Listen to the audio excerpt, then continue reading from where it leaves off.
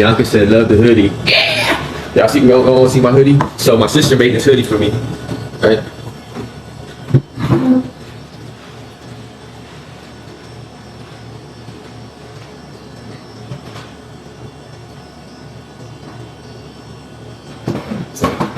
Can y'all see it?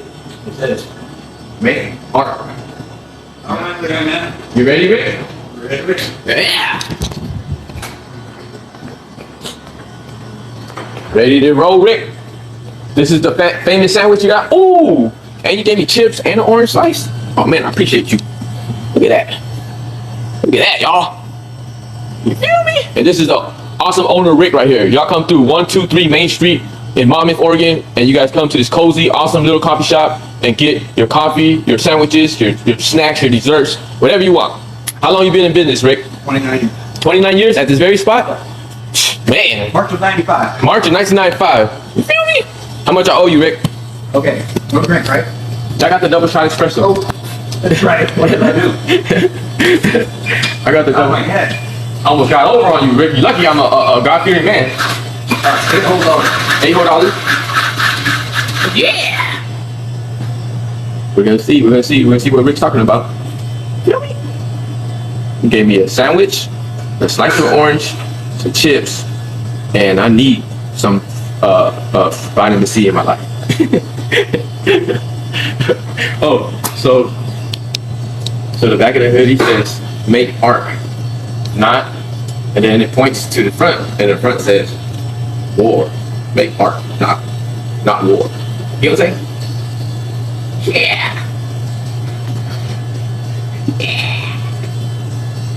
120. Would you like a receipt? Thank you, sir. Alright. Sign in this little 16 piece of paper. Or maybe it's 8, I don't know. It's 8. Okay. Thank you, Rick. Thank you. I'm gonna go enjoy the sandwich. I'm gonna give it a review. I'm gonna see if you got a good sandwich hand or not. Man, this, whenever I unmirror my phone,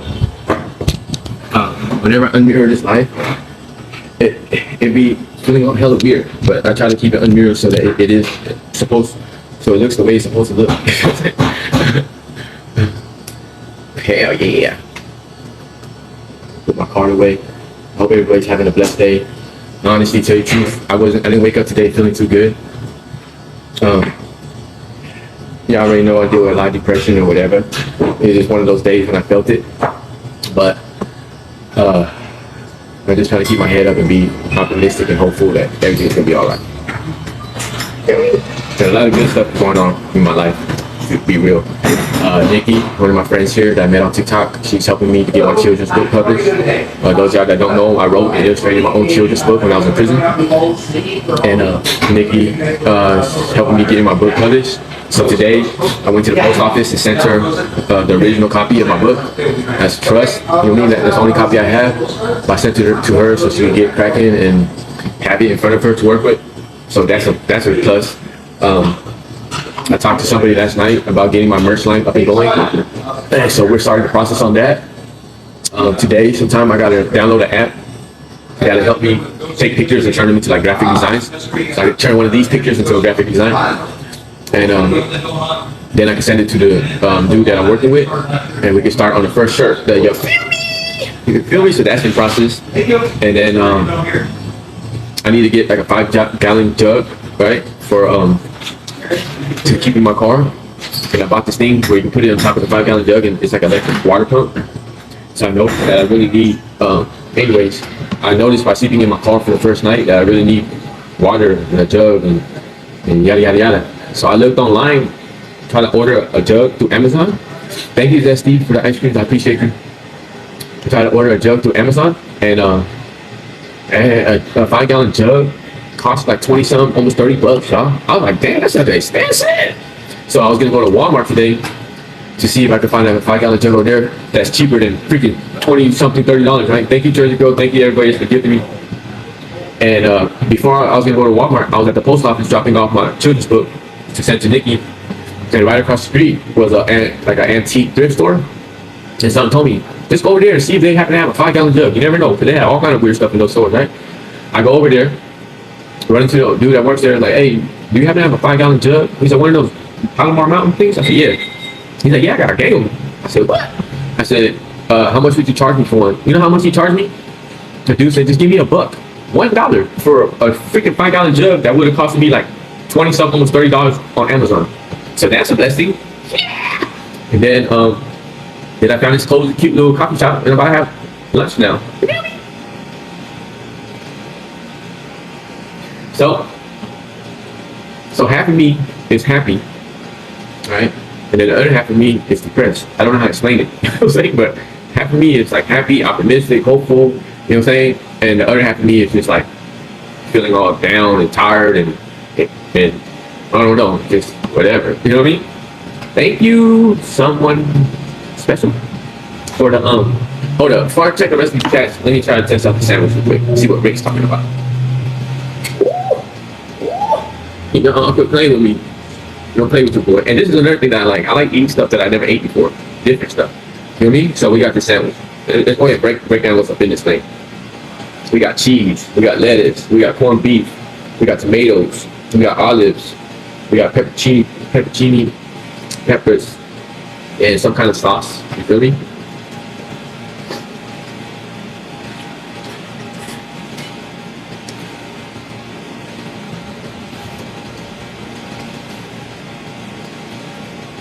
This whole plate for $5. Authentic sandwich. I could have went to Subway and spent I think about $8. When I got no chips. When I got no orange slice. But I like these here. I either support a small business, a local small business. That's what they say. He's been in the game for 29 years, baby. So there has to be a reason why. So he's been around for 3 decades. Still pushing, still handling his business. Quadruple OG, but he's still working, so you guys gotta respect that. And if you're from the Oregon, Monmouth, Independence area, Dallas area out here, come through Rick's Place on 123rd Main Street and get some coffee, get some sandwiches, get some sweets, some desserts. Come hang out in this dope ass little coffee shop. And that's another thing about sandwiches and burgers. There's nothing wrong with that. It's just me. Every time I have a burger or a sandwich, it always gets all messy and sloppy.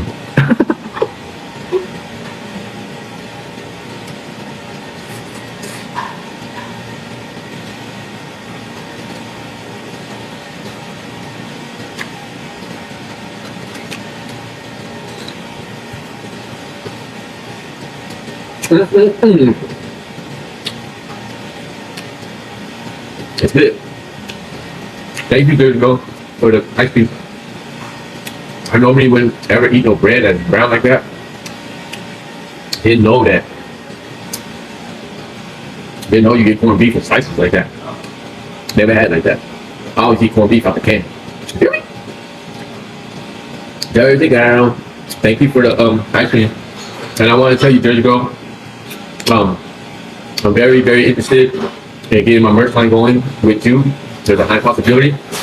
But the thing is right now, you know I'm tight for cash right now. About to hit the road soon and all that, right?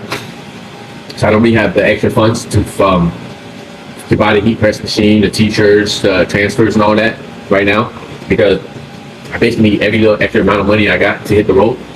But I'm starting to sell, well I haven't yet, but I'm going to start selling my merch.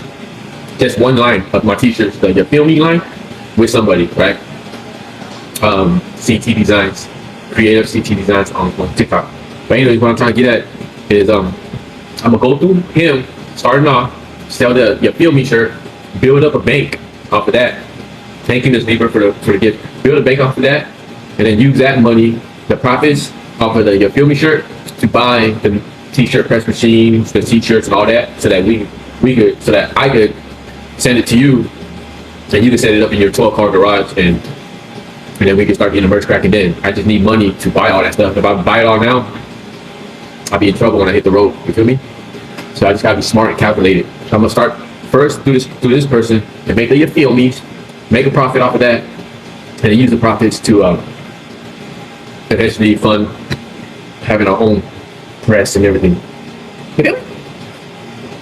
Hey, Oregon girlie. Josh said, love unique stuff like that, G. Hey, Amber. Nikki said, love that hoodie. Thank you, Nikki. Miss Beavertown said, greetings from Bellevue, Illinois. Nikki said, got you. Oh, yeah, Nikki. I also got to go and make an account with the, whatever. That you told me, the publishing place, whatever. I'll get on that today. There's like so much stuff to do. I gotta do this, I gotta do that. It's like, sometimes I just feel like overwhelmed. How my time to like really relax and just chill. Just going live and hang out with y'all. You know what I mean?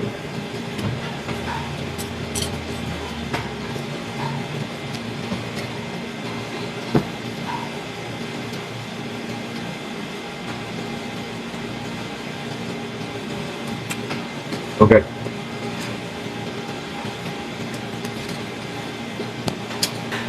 Silly. Silly said, oh, that would be great. I would buy the merch for real, for real. Hell yeah. I appreciate all the love and support from everybody. Thank you, Silly. Especially you've been walking with me for a long time. 501. Where you from? I'm originally from San Diego, California. A neighborhood out there called Linda Vista. But I currently reside in Independence, Oregon. Amber said, check Goodwill, awesome. Check Goodwill for what? Junior said, I got here just in time. Yeah! I don't know why. But originally, I don't know if my reception was messed up. But when I originally went live,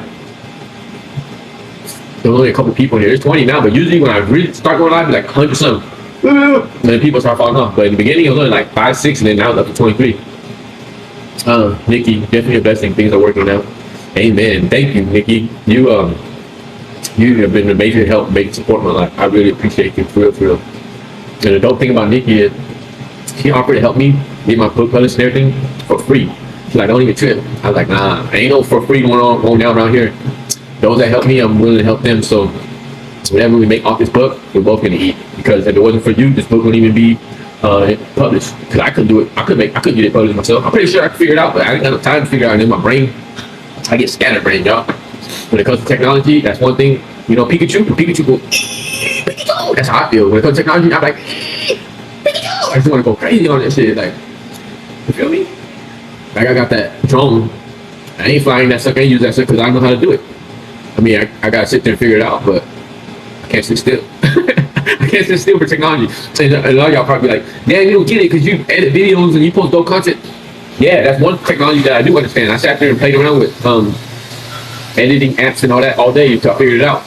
But I guess that's what it's called when they call it, what's your motivation? So whatever motivates you is gonna propel you to do what you need to do. And even though I'm motivated to create dope ass content with a drone, I'm not super motivated. I'm kind of like content with just making the videos that I make now without drone footage, because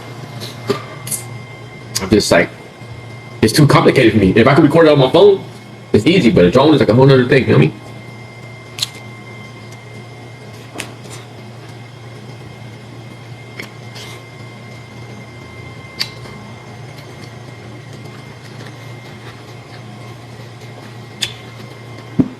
Black Heart said, I learned feelings on that phone. Thank God do his work in you. Amen to that. Amen to that. Jesse said, that is delicious. Love me some olive and lettuce and cheese on the sandwich. Shit, originally, he was like, do you want a BLT? I was like, what the hell is a BLT? He said, bacon, lettuce, tomato. I said, that's it? That's all that's in the sandwich? He said, yeah. I said, nah, I'm good. I don't want just a bacon, lettuce, tomato sandwich. The fuck is that?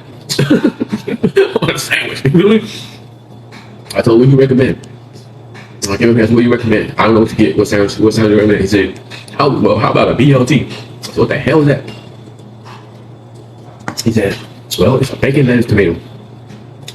No, sir, that don't sound very appealing to me.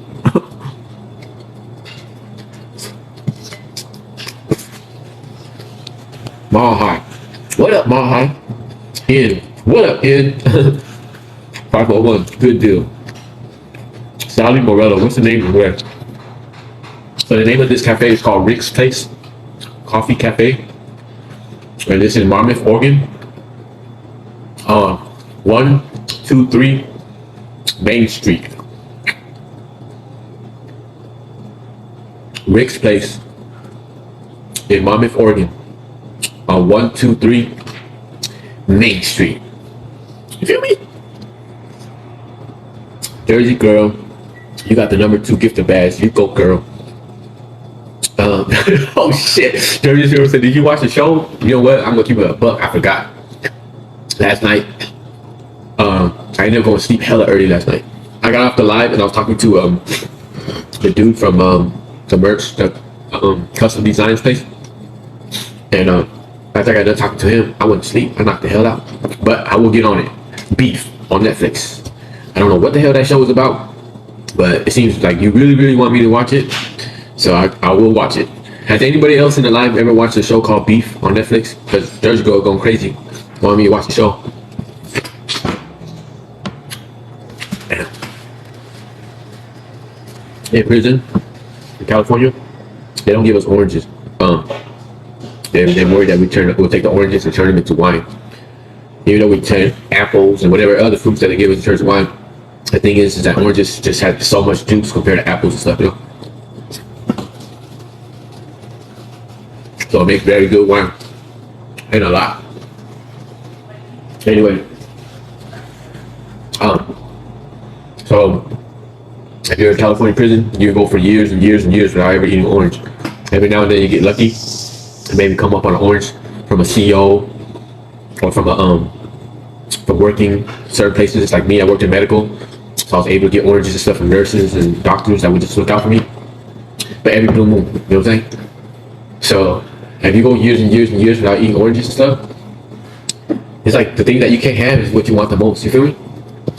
So I remember when I first initially got out, I went to a halfway house in San Diego, and at lunchtime, they would serve us lunch, but they would have like this thing of oranges on the side, these creative oranges, and it's like all you can eat. You just grab as many as you want. And I remember when I initially got out, all I ate all day at this halfway house was oranges, because I just can't eat them in so long. So at lunchtime, I wouldn't even trip. Or whatever the lunch was, I would just grab like 6 oranges and go outside and peel them bitches and just sit there and eat oranges all day. And then right now, I ate this orange slice, and it's been a long ass time since I ate an orange slice like that. I haven't eaten it like that since I was a kid. Manny, thank you for the roses. When I was a kid, my mom used to cut them into slices and give them to us. And so eating that slice right now, it brought back memories and stuff.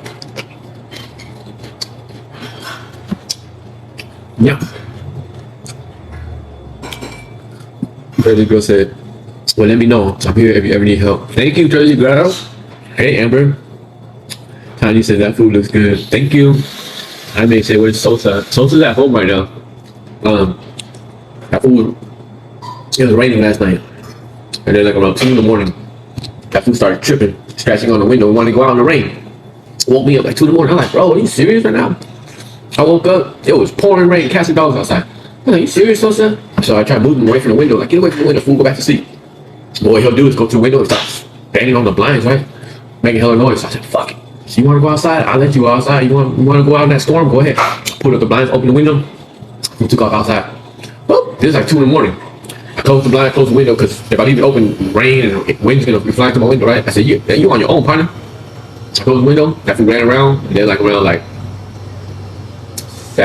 6 or 7, he came back, started pounding on the window. Let me in. I opened the window. That fool was soaking wet. Like his hair was all dripping wet, like soaking wet. He came in the room, and this was like 7, 8 in the morning. I had to get up, grab a towel, dry his ass off, and then I let him dry off. And then after that, I put a shirt on him. I put the chick magnet shirt on him. So now he's at home, all warm with one of the shirts on, kicking it. You feel me? Hey Consuelo, how you doing? Miss Bernie. Hi Danny, hope you're having an amazing day. I hope you are too, Miss Bernie. BBG said, "I'm excited for you for your Feel Me line." Yeah! I'm excited too. I'm excited to go from talking about something and to actually like watching it as a community come to fruition, right? The idea for the You Feel Me shirt wasn't even my idea. That idea came from one of y'all. I can't remember who's the one that came up with it, honestly, to tell you the truth. But one of my friends here on TikTok messaged me and was telling me, "Hey Danny, I think it would be a good idea if you made a shirt like this with the You Feel Me underneath it." And I didn't think nothing of it, but I was like, damn, is that shit a big deal? Because I say "You Feel Me" all the time, you know? And then I came to realize, like, damn, I guess I'm known for saying that shit. So So right now I'm talking about it, and I've been talking about it, but as a community, we all been sitting here listening to me talk about it, and it just makes me happy to know as a community we'll all also witness when I actually bring it to fruition and actually start selling these "You Feel Me" shirts, right? Like, who would have thunk it? Like, I would have never guessed in my wildest dreams that one day I'd be doing as good as I'm doing on TikTok, and would actually be selling merch to those that got love and support from me. Like, that never even crossed my mind. Like, when I used to make shirts and stuff in prison, when I was in prison, I used to make shirts and go to print on demand companies. And I made a cool amount of money doing it. But back then, I was just doing it organically through word of mouth. I didn't have 75,000+ followers. I wasn't even on TikTok back then. I was just doing it for myself through Facebook, Instagram, stuff like that. And probably sold my shirt to like not even a couple hundred people, right? But now I got 75,000+ people that I could basically like push my merch to. And I'm not saying everyone's gonna spend with me, but I know that it'd be better than when I was doing it without this many people. You know what I'm saying? So I can't wait. And I also can't wait for when y'all buy my merch, because I want you guys to do like take pictures of y'all modeling in my merch or videos and send it to me, so I can start posting it on TikTok as well, and just advertising and putting it out there like, yeah, look at everybody is rocking my merch. You feel me? Amber says same with technology, right? Sometimes. BBG said, will the solar panels hold you up with that generator? So, okay, so when it comes to the generator, I didn't expect it to drain that fast, but I also got to keep in consideration the fact that that my fridge takes a lot of power. It's a 12. It can run on 12 volts. I don't know nothing about volts, but I knew the generator said that it could run anything that's 12 volts. So I figured you just plug that sucker in and it just hella power and run all day. About I can't remember 30 to an hour into the first night that I slept in my car, I had the fridge plugged in and it ran it down to 85% within an hour or something like that. So basically I come to understand that I can't keep my fridge plugged in all day. You feel me? I thought I would be able to, but I can't. So I went and bought solar panels that connect to my generator.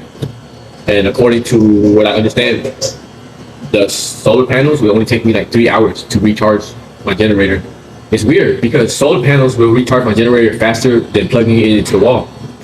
Plugging it into the wall, it takes like 4 to 6 hours to fully charge the generator. But the solar panels will fully charge it in like 3. I don't get that shit.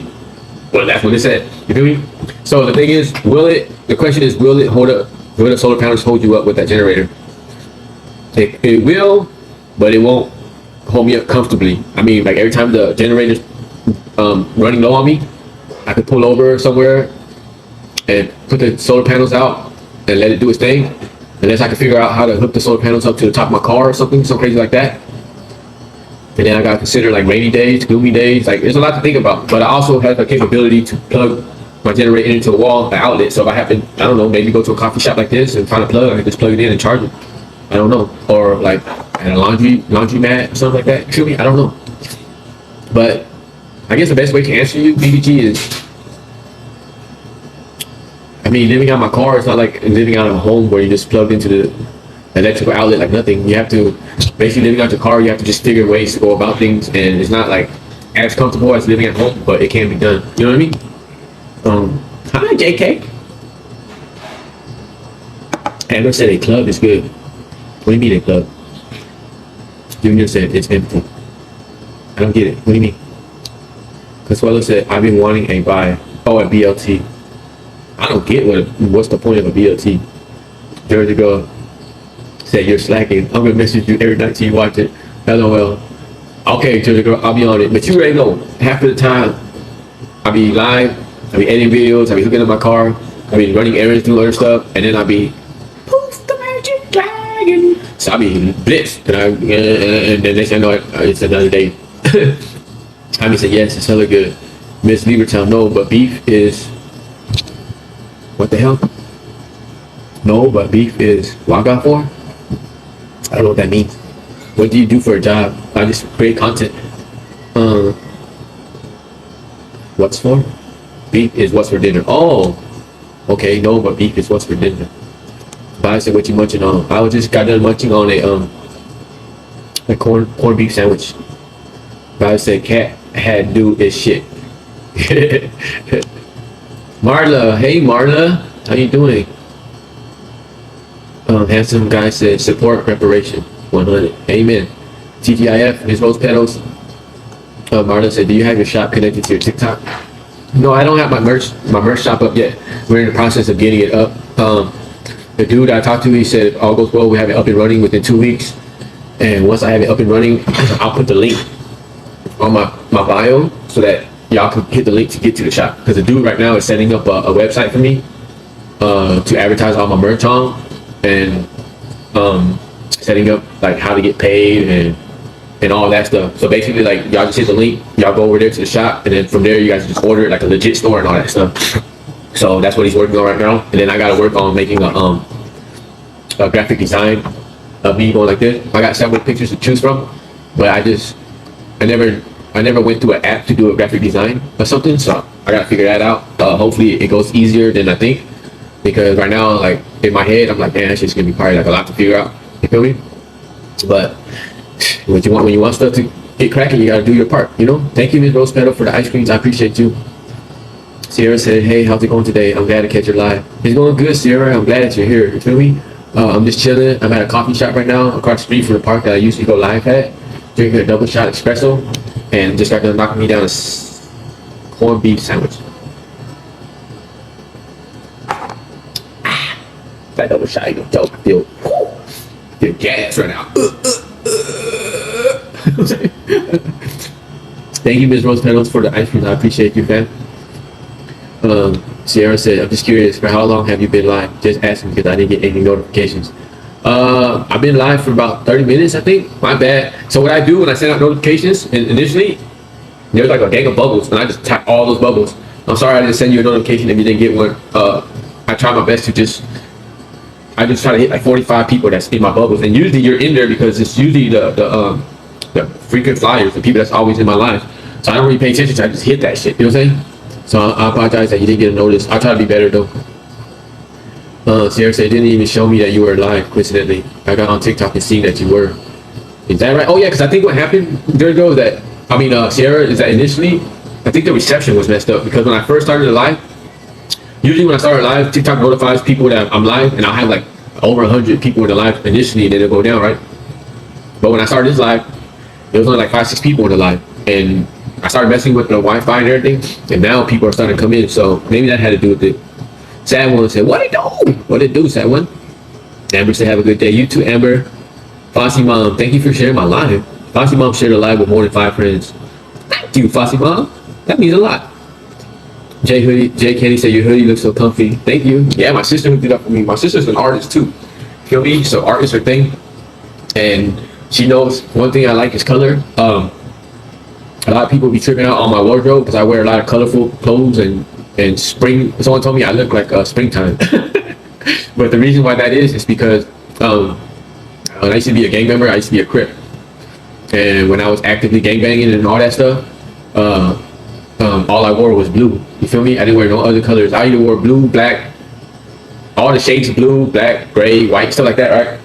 But I wouldn't wear no red, I wouldn't wear no yellow, no purple, no green, no other colors, because those are enemy colors or colors that other gangs use to identify themselves. You feel what I'm saying? And so I would just stick to blue.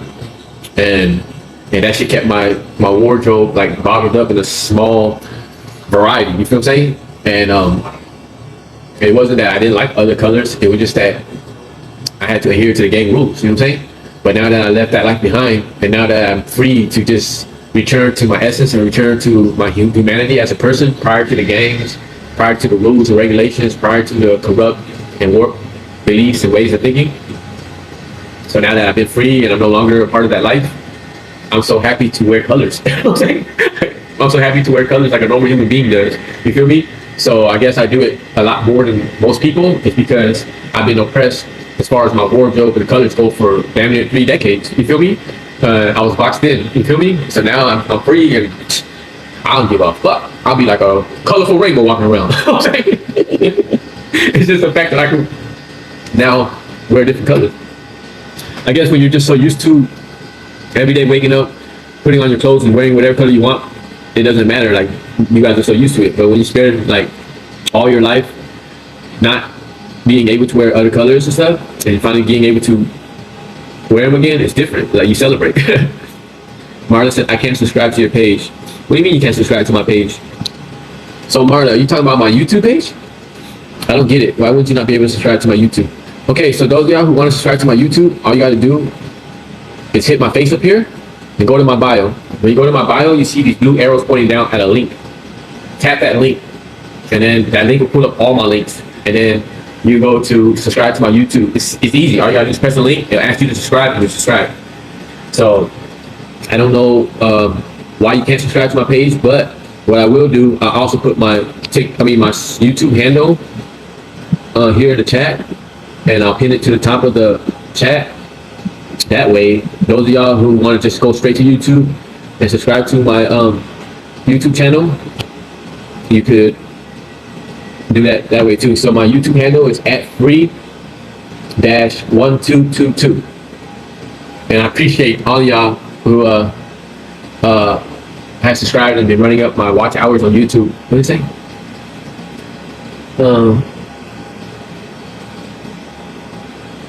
Where the hell did that message go?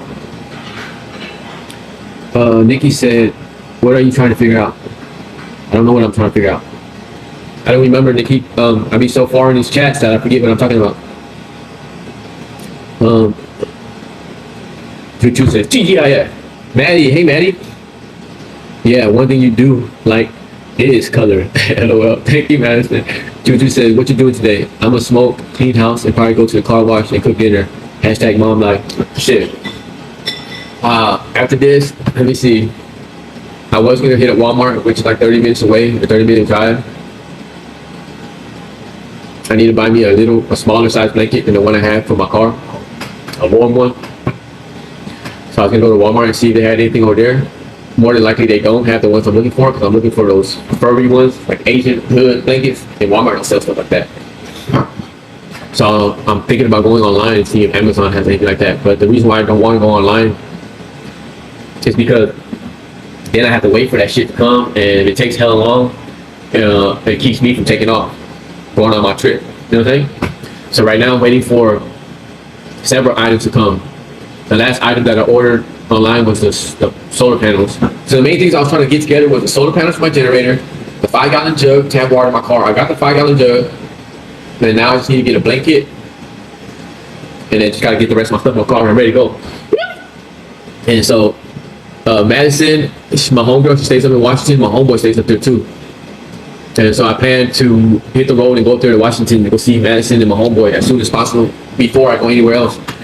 So that's next thing that's on my to-do list, I guess you could say. I don't even know what the hell I'm talking about right now. This damn double shot espresso got me geeking. I swear to God, this shit got me feeling like I'm ready to go do the motherfucking moonwalk, running man, electric slide, all kind of shit. Like, whoa. Okay, so let me try to collect my thoughts because this shit got me tripping. Okay, so let's I'm really close to hitting the road, y'all. Originally, I was supposed to go to Puerto Rico on the 28th, but stuff came up and the trip was postponed. And instead of waiting for the next date or whatever, the postponement date, I said, nope, I'm good. I'd rather just hit the road and do it some other time, if ever. You know what I mean? And just hit the road and handle my business because I don't want to keep on waiting. BUG said, do you have a date set for taking off? I don't have a set date. Basically, what I'm waiting on is all the stuff that I ordered to be dropped off at my house. And once I get all the stuff that I ordered, then I can take off. So I don't want to keep on ordering stuff to Amazon and it'll keep me stuck, you know what I'm saying? But I'll be Amazoning it out the game. So right now I'm waiting for a lot of stuff. But the last thing I ordered was the solar panels. Hopefully that should be here in a week or less, you know what I mean? And then I also have to put my storage container, my car storage container on top of my car and fill it up with all of my stuff. Spending that one night in my car, it really helped me to see like how I could improve and switch stuff up in my car. So I got to work on that as well. But I'm gunning for the beginning of October, like the first week of October, before the 10th at least, you know what I'm saying? I'm gunning for that, and I can take off. Oh yeah, and then I gotta go get car insurance, and then I can take off. You feel me? Oh, and I gotta get a car filter. I gotta change the filter in my car. All kind of stuff, bro. And then I can take off, but it's gonna be soon. Franklin said, I raised up to you, Brody. Thank you, Franklin. I appreciate you, fam. Marlon said, I don't know. It was on your TikTok and it was a yellow subscribe button. Oh, I think that was the subscribe to my live. If you want to be a subscribe member to my lives, then you can subscribe to my lives as well. I don't know how exactly you go about it, but you can subscribe to my live. Oh, right there, that star button up here. You feel me? I got 3 subscribers in here now. But if you want to go subscribe to my YouTube, which is free, you hit the link on my bio, go hit my face, you go hit the link in my bio, and then you go subscribe to my YouTube. Isaac Huerta, long time no see, brother. What up, Isaac? Is this Isaac that I met in San Diego? I think it is. I met this young brother, Isaac, in San Diego at the trolley. Yeah, that's you, Isaac. How you doing, fam? Hope you're good. How's it out there? It's slow out here, folks. It's really slow, but it's cool though. It has its ups, its downs, its pros, its cons, you know? Nikki's laughing. Madison, colored girls. Miss Lieber said Walgreens may have them. May have what?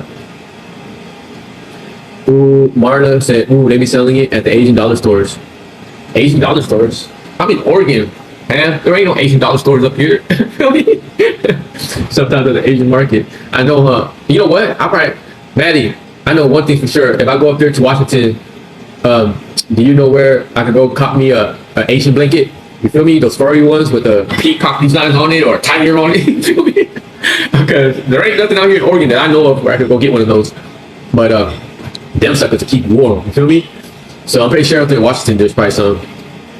Madison said taking forever. A good thing it didn't happen this week. I've been sick as hell. Yeah, I almost went up there this week, but I just gotta like, because basically when I go to Washington, when I take off to Washington, is when I'm gonna take off in my car. So I basically go up to Washington, see my homegirl, see my homeboy, chill, check out Seattle, whatever they got going on up there. Then when I get done with that, I'm gonna head back to Oregon, hit up all the nature spots in Oregon, see my family, and keep it pushing, and then just go throughout South Oregon, checking out the sea, yada yada yada, and then hit California. You know what I'm saying? So that's what I'm up to. Like the main things I want to do is really just check out all the nature spots that they have in Oregon.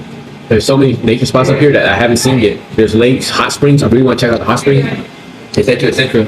And I always have this like dream or this fantasy of sleeping in my car and waking up the next day and looking outside and seeing just a view of just pure nature. You know what I'm saying? And beautiful scenery and birds chirping. I don't hear no cars. I don't hear no noise. Just nature. You feel me? And I look forward to that. And then hopping on my ride, and if there's a river or a lake, going for a swim, going for a dip, chilling. You know what I'm saying? Like just enjoying freedom. That's to me. That's what it means to be free. So I look forward to that. Even when I stepped in my driveway and I woke up in the morning, I looked out the front in the front yard. We had hella trees. I felt like I was in nature. It felt good. So yeah, it's soon. Next month. Right now, September. Basically, as soon as I get the stuff that I ordered, I'm out. I'm gone. I'm gonna hit the road. And I've ordered this stuff. I just barely ordered the solar panel. Was it yesterday or 2 days ago? But all the other stuff I ordered way before then. So the last thing I'm waiting for is the solar panel from Amazon. And I don't know how long that shit will take, but it should be soon. And no, I did not pay for what's that shit called? For next day delivery, or that shit costs too much. I'm broke. Okay. And good thing I didn't go because my homegirl's sick. She would have got my ass sick. Ellie, hi Ellie. Juju said put San Antonio on that list. I will, Juju. San Antonio, Texas. Yeah, I'm coming through Texas for sure. A better April said LOL geeked out. Right? Marla said I was in Puerto Rico the whole COVID period. I kind of want to move there. Right? I was supposed to go on a trip to Puerto Rico on the 28th. What is today? Is today the 28th? I don't know what today is. But I was supposed to go on the 28th, but it got canceled. BBG said we're tinting your back windows. Limo black help. I don't know. I'm scared to do it because in some states like Cali, if you get limo tints, they'll pull your ass over. And one thing about me, I'm not trying to get no police contact. Even though I'm on parole and all that, and I'm not doing anything illegally, I get super anxiety whenever the police come around me, let alone talk to me or pull me over. I don't know what it is. It's just PTSD or whatever. So I don't want to give them no reasons to pull me over or mess with me. You know what I'm saying? Where's the subscribe button? It's up here, I think. See that yellow star? I think that's how you subscribe. I'm not sure. Tell y'all the truth. Does anybody know how to subscribe to my lives up in here? Right. You feel me? Let me see. Puerto Rico.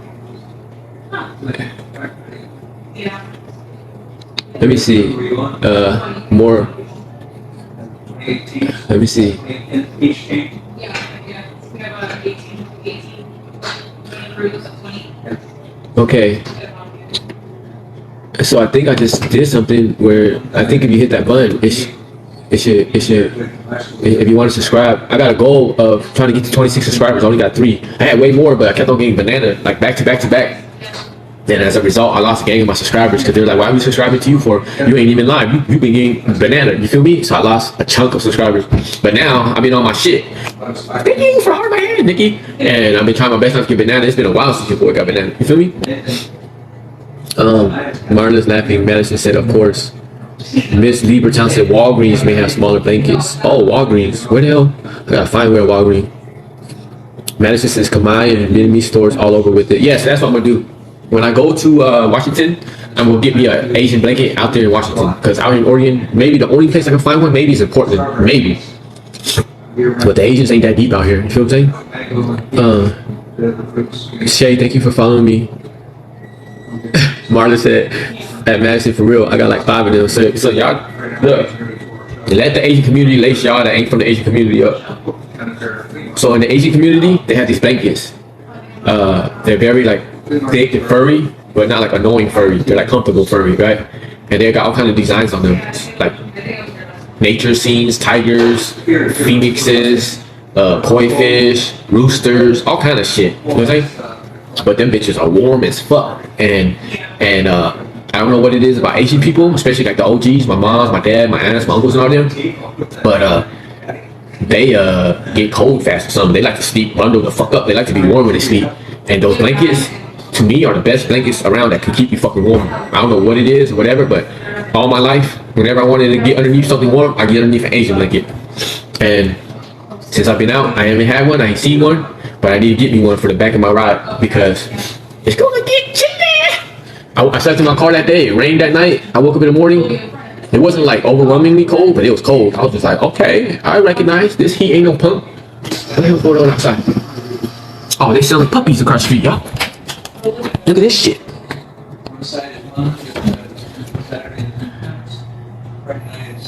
These little kids over there selling puppies. Looks like little furry dogs, Labradors or some shit. They got Kendall in the back of the truck. They slaying puppies out here. Feel me? Anybody want to buy a puppy? Anybody want to buy a puppy? They got puppies for sale in Monmouth, Oregon, at the Monmouth Park. I don't know what kind of puppy those are. They look like furry little puppies. But if you're interested in buying a puppy, you better get your ass down here in Monmouth, Oregon, at the Monmouth Park, because they are slanging puppies. Okay.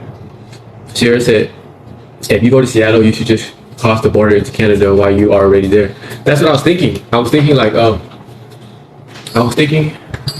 so I want to try my very best to hit all 50 states, right? So I was thinking about going to Washington, and then from Washington going up to Alaska, because I always wanted to check out Alaska too. And then after that, coming back down, I don't know, maybe I should go to Canada. But my heart is to travel to the US first. I don't know, I'm hella confused, you know what I'm saying? Because originally I was thinking about from Oregon going down to California, going across the United States to the East Coast, going up the East Coast, and then coming up and down the United States, I go back to Oregon, and then go up to Washington and Alaska last.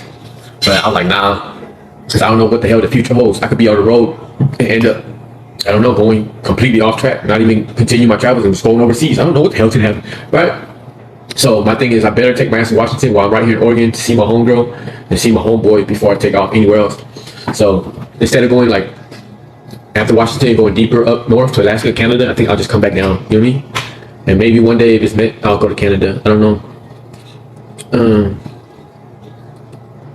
Madison at Marla, staple in all Asian households. LOL. Christina, hey, you're the DoorDash guy. Yeah, I'm the DoorDash guy that DoorDash never even promoted or sent the T-shirt to.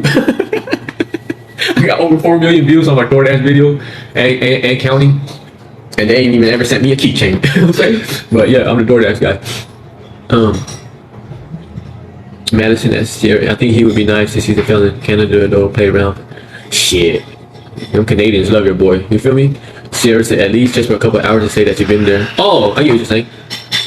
Christina, I want to go to the hot springs so bad on bucket list, right? So they got these hot springs out here in Oregon. I've never been there, only seen videos and pictures of it, but that shit looks so beautiful. I'm sorry. Huh? What?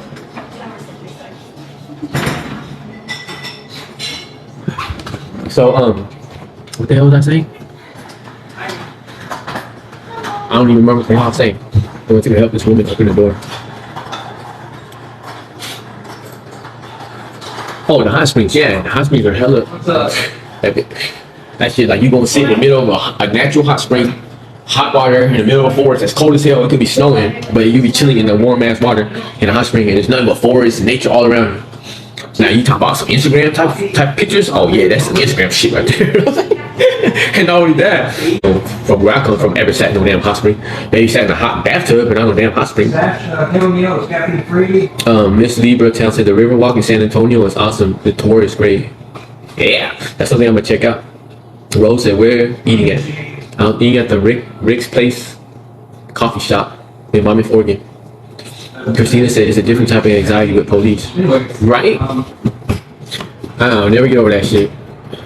Madison said, okay, I'm sick as hell. I'll talk to you later. Text me since you never did. Bye for now. Okay, Madison. A better April said the star at the bottom left corner. Oh. So those of y'all want to subscribe to my live, all you gotta do is hit the subscribe button right there. Well, it's in the middle of my page. I don't know what it looks like on you guys, but it says subscribe. BBG said California has no restrictions on tint for back and rear windows. Front have to be like 30%, I think. Oh, is that right?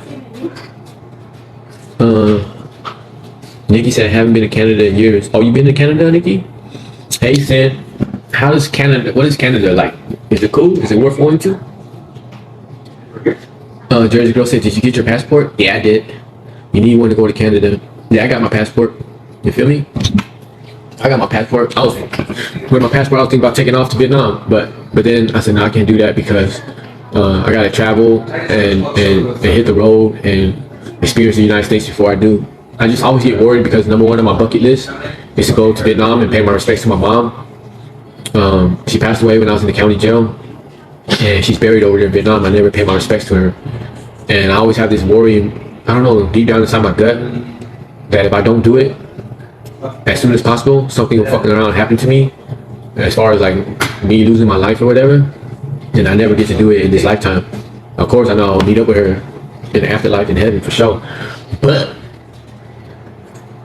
I feel like my destiny here on this earth, like I can't be happy or I can't be at peace until I go and pay my respects to my mom. So like a big part of me be wanting to just say F it, hop on a plane and go to Vietnam now. Thank you, Sin, for the ice creams. But then I know if I do, I more than likely won't come back. You feel me? I don't agree with the cost of living here in America and how we struggle every day, working back to back, back-breaking 9 to 5s and still can't get by. I'm cool with that. You feel me? So, but at the same time, I wasn't expecting to get my passport and everything so fast. And I already promised and I already told all y'all that I'm gonna travel and hit the road and all that. And so many of y'all have contributed to this dream. So many of y'all got me stuff on my Amazon wish list, etc., etc. And so if I don't travel or whatever, then it's like I don't want to feel like I lied to you guys or put you guys down, because that's not what it is. So sometimes I feel like pulled in many different directions, because like one part of me is just like, fuck this shit, go to Vietnam, go pay respects to your mom, go see your dad, and fuck around, don't even come back, because the cost of living over there is cheap. What I make as a content creator, I can live good over there. I can't live good off of what I make here in America. But with that same amount of money that I make as a content creator, I can go to Vietnam and kick up my feet and live like royalty. So I don't know, but at the same time, I do know I need to keep my word and travel here in the United States. I just get worried that something will happen during my travels and I will never make it to see my mom or to go pay my respects to her. So I just be like, should I go first and come back? But I know if I go to Vietnam, I'll fuck around there and come back. You feel me? More than likely, I won't come back.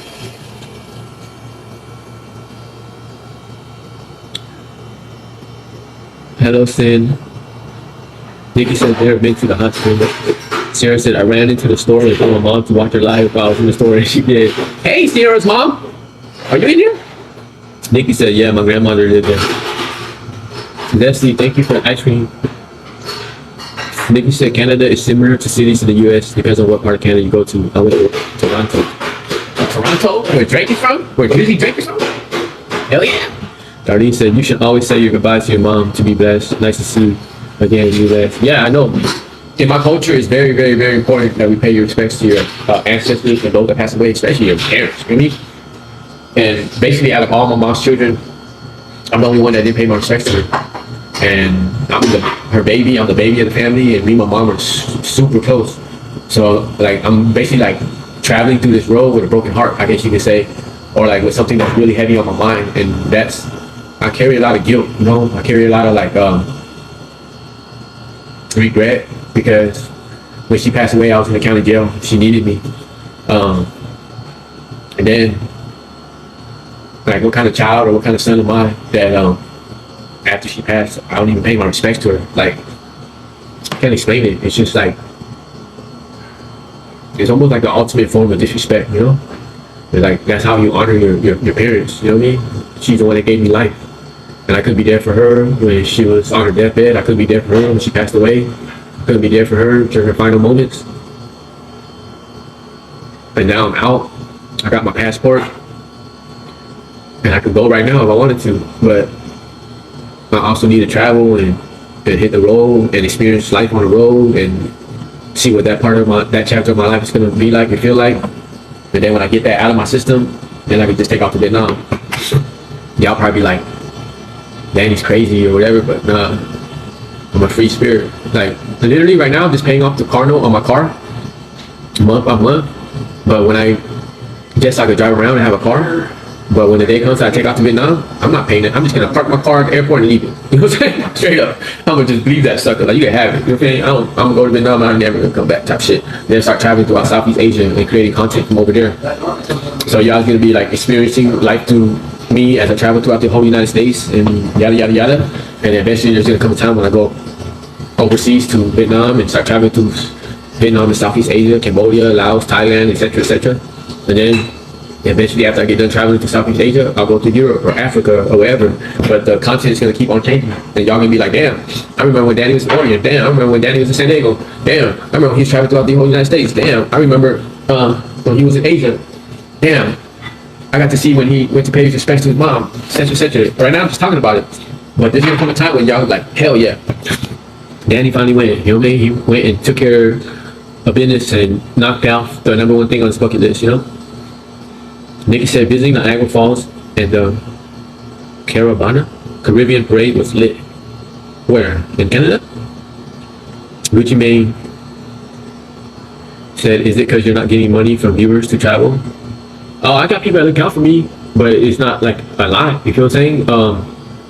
I got a core, like I guess you could say like a handful or so of core major supporters who basically at the drop of a dime, basically if I say I need help, they help me. You know what I'm saying? The people that genuinely love and care about me. But I got over 75,000 followers, and I always say like if all my followers just donate a quarter, I'd be good. You know what I'm saying? But even though you have a gang of followers, it doesn't necessarily mean that all of your followers are actually rocking with you or actually got your back or actually support you. You know what I'm saying? So it is what it is. You know, like I seen some girl on TikTok, I guess she had like a $40,000 debt. And she told all her followers to donate $1 to help her get out of this $40,000 debt. And all of her followers did, and she got out of this debt. And I trip out on that because I'm not trying to hate on her or knock her or anything like that. But I trip out on that because she went into debt, and for whatever reason, she went into debt. I don't know, I can't judge her. But her followers came through and helped her get out of this debt. They all donated $1. Well, I got over 75,000 followers. And if they would all donate $1, that'd be $75,000, which I don't need that much fucking money. That's why I said if everyone could just donate a quarter, because it would enable me to, honestly, I would love to get a bigger car than this little ass Kia to live out of. I would love to get like a van, you know? So I would get like a van or something like that. And then it will enable me to barely live life on the road comfortably and create content and really go hit up spots and do things that I need to do.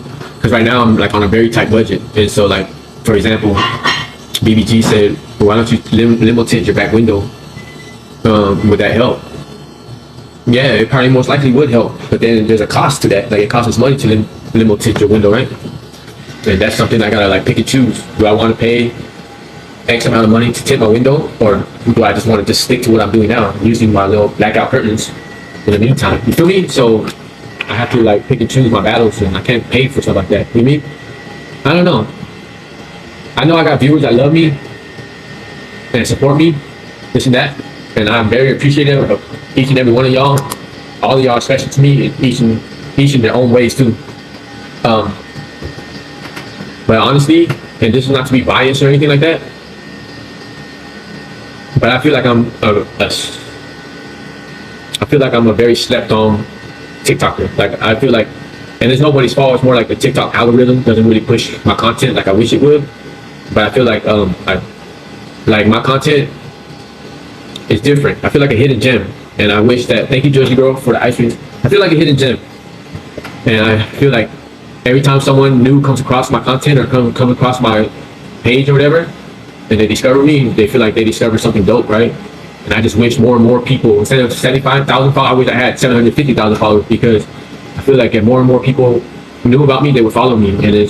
And the reason why I don't have as many is because the algorithm is crazy. The way they push my videos and stuff like that. You gotta look. I honestly feel like it's because the way I look, and sometimes a lot of stuff I'll be talking about or whatever, or some of the stuff I'll be doing.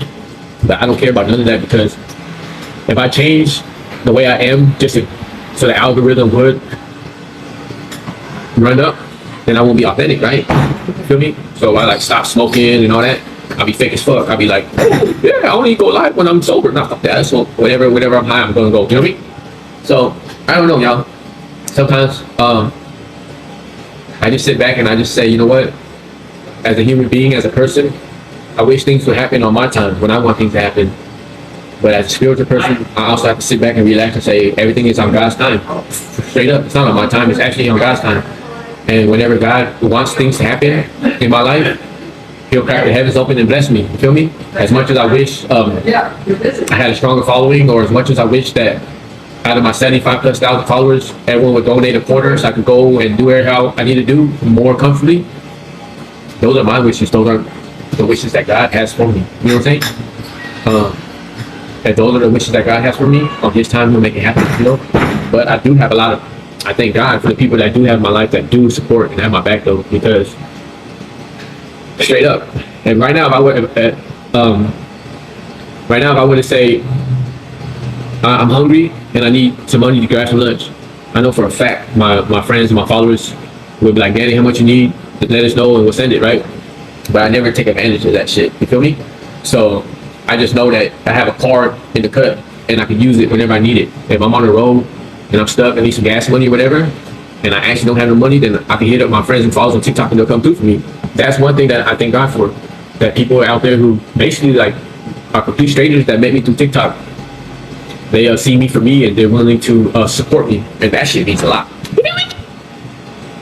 Gucci Mane says, where can we donate? Oh, so if you want to donate to me, all you have to do is hit my face up here, right? And then you go to my bio, and there's a link. Well, above the link, I think for my Zelle and my PayPal, it's right there on my bio. And after that, there's a link. You hit the link, it'll pull up like my Venmo, my PayPal, my Cash App, etc., etc. And that's how you can donate to me. I could pin like my Cash App and stuff like that in this chat, but I don't know, Gucci Mane, I don't know how you want to donate as far as like what app. So if there's a certain app that you want to donate to me through, like Venmo or whatever, I could pin the hookup to that in this chat if you need. Or if not, you can hit my face right here and go to my bio and hit the link, and all my money apps and etc. will be right there. And I thank you for finding me worthy of your support. I appreciate you. Darlene said, I'm always praying for your journey. God will guide you in what you need to do. Be blessed. I received that, Darlene. Thank you. Sierra says, no, she doesn't do technology, but she heard you say hey to her, and she said, howdy. So Sierra's mom said howdy to me, and I learned how to respond to howdy. So this is how you respond to howdy. Howdy, Sierra's mom. How's your mams in there? You feel me? And this is what your daughter has been doing, Sierra's mom. Your daughter has been sitting here watching me on live, which I highly recommend. Greg said, talked about this with friends yesterday. The difference is the safety and convenience in this country. Yeah, there's safety and there's convenience in this country, but there's also other countries. If you do like a lot of your little like research, you'll see that there are also other countries that are even more safer than America, and the cost of living is cheaper. And for the most part, like even the convenience part is good too. You know what I'm saying? Like, I don't know. Like for example, like where I'm from, Vietnam, the cost of living is cheap as hell, and I would go over there and basically like say for instance like transportation. I go over there and get around on a scooter all day. Hire like a Uber scooter driver for like $1 to get around all day instead of driving my car, paying for gas. It's cheaper. That's more convenient. You know what I mean? But there's pros and cons. You know, I could go over there and get me a big ass apartment or a big ass house for like $400 a month. You know what I'm saying? With hella rooms, ocean view, stuff like that. So I don't know. There's a lot to think about. Jersey girl, you want to see your dad too though, so maybe go soon and come back and travel, then go back and live lovely. And that's the thing. I have this fear that if I go, I won't come back. You feel me? Come back for what? Like, come back for what? If I'm over here living like barely getting by, and if I go to Vietnam and live like royalty, live good, I could eat 3 5-star meals a day if I wanted to. I could have my own house over there if I want to. I could wake up every day and go travel, and every day would be an adventure over there, and it'll be dirt cheap if I wanted to. So like, why would I want to come back to coming over here and barely getting by, struggling, gotta pay for this, gotta pay for that? The same amount. Okay, basically $40 in Vietnam, 40 American dollars is 100,000 in Vietnam. The same amount that I put into my gas tank to fill up my tank will be enough over in Vietnam for me to get all the food I need for the day, transportation to get around, money to spend. Like, it's crazy. You're saying the difference. You know what I mean? Sarah said, no, I'm just joking. We don't speak like that. But she did laugh and say, hey, back. Nikki said, Nanny, don't make me cry. You'll get to visit your mama soon enough. Thank you, Nikki. Speak life into me. I receive that. Ray said, definitely see your family, even if it's for a few days, last weeks, and trust, you'll get to go back. Ray said, speak it into existence. Amen to that. Hey, Brenda. Nikki said it takes time. We love the real, authentic you. Thank you, Nikki. Kamikaze Ken, what's up, fam? I ain't seen you in my live in a while. I hope you've been good, fam. JG22. JG20. I sent you $2. Is all I had on my cash app. Stay up. Yeah. Thank you. Oh, let me get this for you. I got you. Don't do shit. I got you. You're welcome.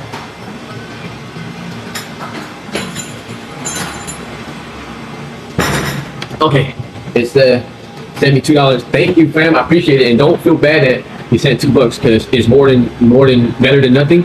And I wouldn't even want you or one person to send me a grip of money. That's the whole thing about having like a community. Because, say for example, instead of going to one person and be like, hey, could you look out for me with $75,000? One person couldn't do that. But if I ask a community, like, hey, can each of y'all look out for me with $1? It's not gonna really break everybody's bank, $1. You feel me? So that's why I would rather have a community look out for me, and that way it doesn't break everybody's bank or break everybody's pocket. I feel more comfortable getting $1 from everybody than getting $10 from everybody. That shit feels like, nah, I'm cool. You feel me? But even though I got friends here that will give me $10, $20, whatever, I'd rather have 10 friends give me $1 than one person give me 10. That's what I mean. Dang, that's crazy. And then come over here, and it's so expensive, right? JG says 100, bro. It's true for real. JG says I fuck with you and support you, bro. Thank you, JGs. I appreciate you, fam. For real, for real. I appreciate ya. Donna, damn, what the hell? Donna says I hope I get to meet you when you come to San Diego. Are you from San Diego? That's where I'm from. That's my hometown. I'll be down in Diego for sure soon, one of these days. I got family that stays down there, and I'm gonna go visit them when I slide through. And then I got a gang of people that I met from TikTok on there. So we're gonna go down. When I get to San Diego, someone told me that I should do a meet and greet, right? I never heard of a meet and greet before. I didn't know what a meet and greet was, but now I know what it is. It's basically like you just put it out there, like I'm gonna be at this place at this time on this date, and if you would like to come meet me and hang out, come through. That shit sounds hella weird to me because who the hell am I to set up a meet and greet and who makes me think like, will people actually even want to come and meet me and hang out? That's weird to me, right? But I think I'm gonna do that one day. I'm gonna go find me a cool spot and set it up like, yo, I'm gonna be here because I really want to meet like a group of y'all at once. Have like a powwow, like everybody just chilling and go live like, yeah, Imagine like all the people that are always in my life, but now we're all kicking it in person and we're all hanging out. That would be dope. That's what I want to do. So we'll see. Kamikaze Ken. Hey, whoever's been tapping the screen, running the likes up on my live, I really appreciate it. We got 11,000 likes up in here. So thank ya. Kamikaze Ken said, Hood had COVID a few weeks ago. Did it? I heard that COVID's been on the rise again. That stuff is spooky, bro. And when I was in prison, I caught COVID twice. You feel me? And the second time I caught it, I had it bad. And it was real spooky to have it in prison because you're such in close quarters. And whenever someone gets sick, everybody gets sick. I remember one day when I was in prison, right? I swear to y'all, in my building, there's how many cells is there? 200 or 50? No, there's 100 cells in the building, right? And max capacity, it could be 200 people in the building. And in the beginning of COVID, when all that stuff was going on, if you catch COVID in prison at that time, they would put a Red Cross sign on your door, signifying like this cell or the people in this cell have COVID. So be careful and wear protection when you're around them, especially for COs and nurses and stuff, right?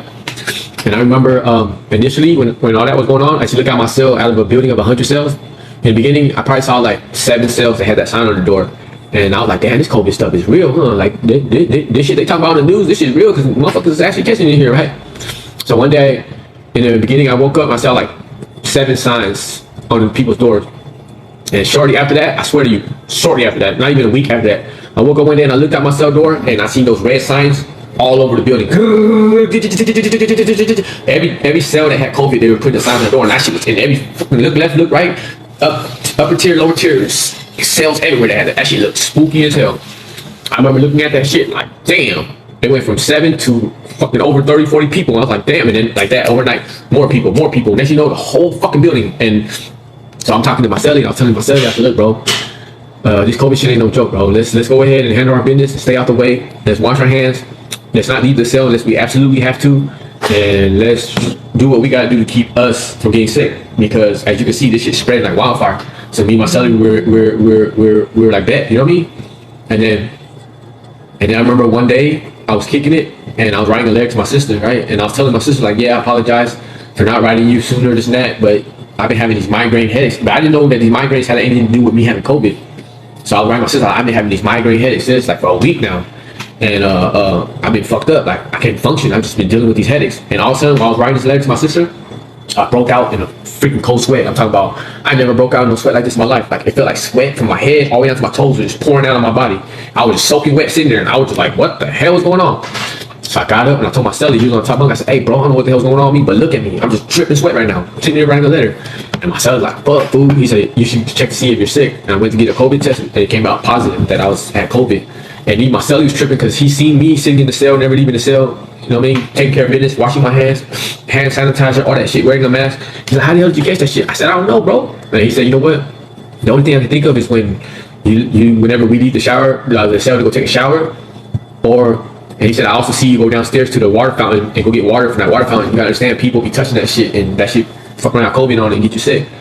And I was like, I don't know how I caught it, but I got it. You know what I mean? And then the worst cases, they had one building that was 5 blocks where they sent all the people with the worst cases of COVID. Basically, they called it a quarantine building. And I ended up becoming one of the worst cases, and they sent me to a quarantine building, and that shit was sad, bro. I was sick. I was dying. Like I couldn't breathe. For whatever reason, the institution, they thought that by cutting off all the hot water, cutting off all the heat, and keeping us in the cold, it'll keep the virus down. So in this quarantine building, we had no hot water, no running hot water. We had no heat coming out of our vents. It was just cold heat. This was a cold time. It was air conditioner coming out. So there I was in this building, cold as hell, sick as hell, with like thermals, hella socks, sweats, sweater, hoodie, with a blanket, a wool blanket over me in the cell, freezing, dealing with COVID. That shit was crazy ass time. And there's people dying all around me. And I remember sitting there thinking like, bro, is this how your story's gonna end? You know what I'm saying? You was basically born in the halls at the age of 10, you started doing time, spent over almost 3 decades locked up, incarcerated, and then you just can die in prison for COVID? Is this how your story ends? And I was like, hell to the no, this ain't how my story ends. So I started fighting the COVID as best as I can. Everything they didn't want me to do, I started doing. Every time I ate or drank, I would throw up. But I knew if I didn't get no food in my system or no nutrients or no water, it's gonna make me worse. So I would just force myself to drink water and throw it up. And I'll know some of that shit stayed in there, and I'll eat food and I'll throw it up. And then I used to be like really big on working out in prison. I swear to you, I might sound like I'm pumping it up, but real shit. I used to do 1,000 burpees a day or every other day. 1,000. I go down, do 10 pumps, get up. That's one. And I go down, do that shit 10 times. That's 100. And I just go down, do 10 pumps, all the way till I reach 1,000. You know what I'm saying? And it was nothing. Like I conditioned myself to stay fit like that, right? But when I came down with COVID, I couldn't work out at all. Like if I try to go down and do push-up, I get all lightheaded and want to faint, right?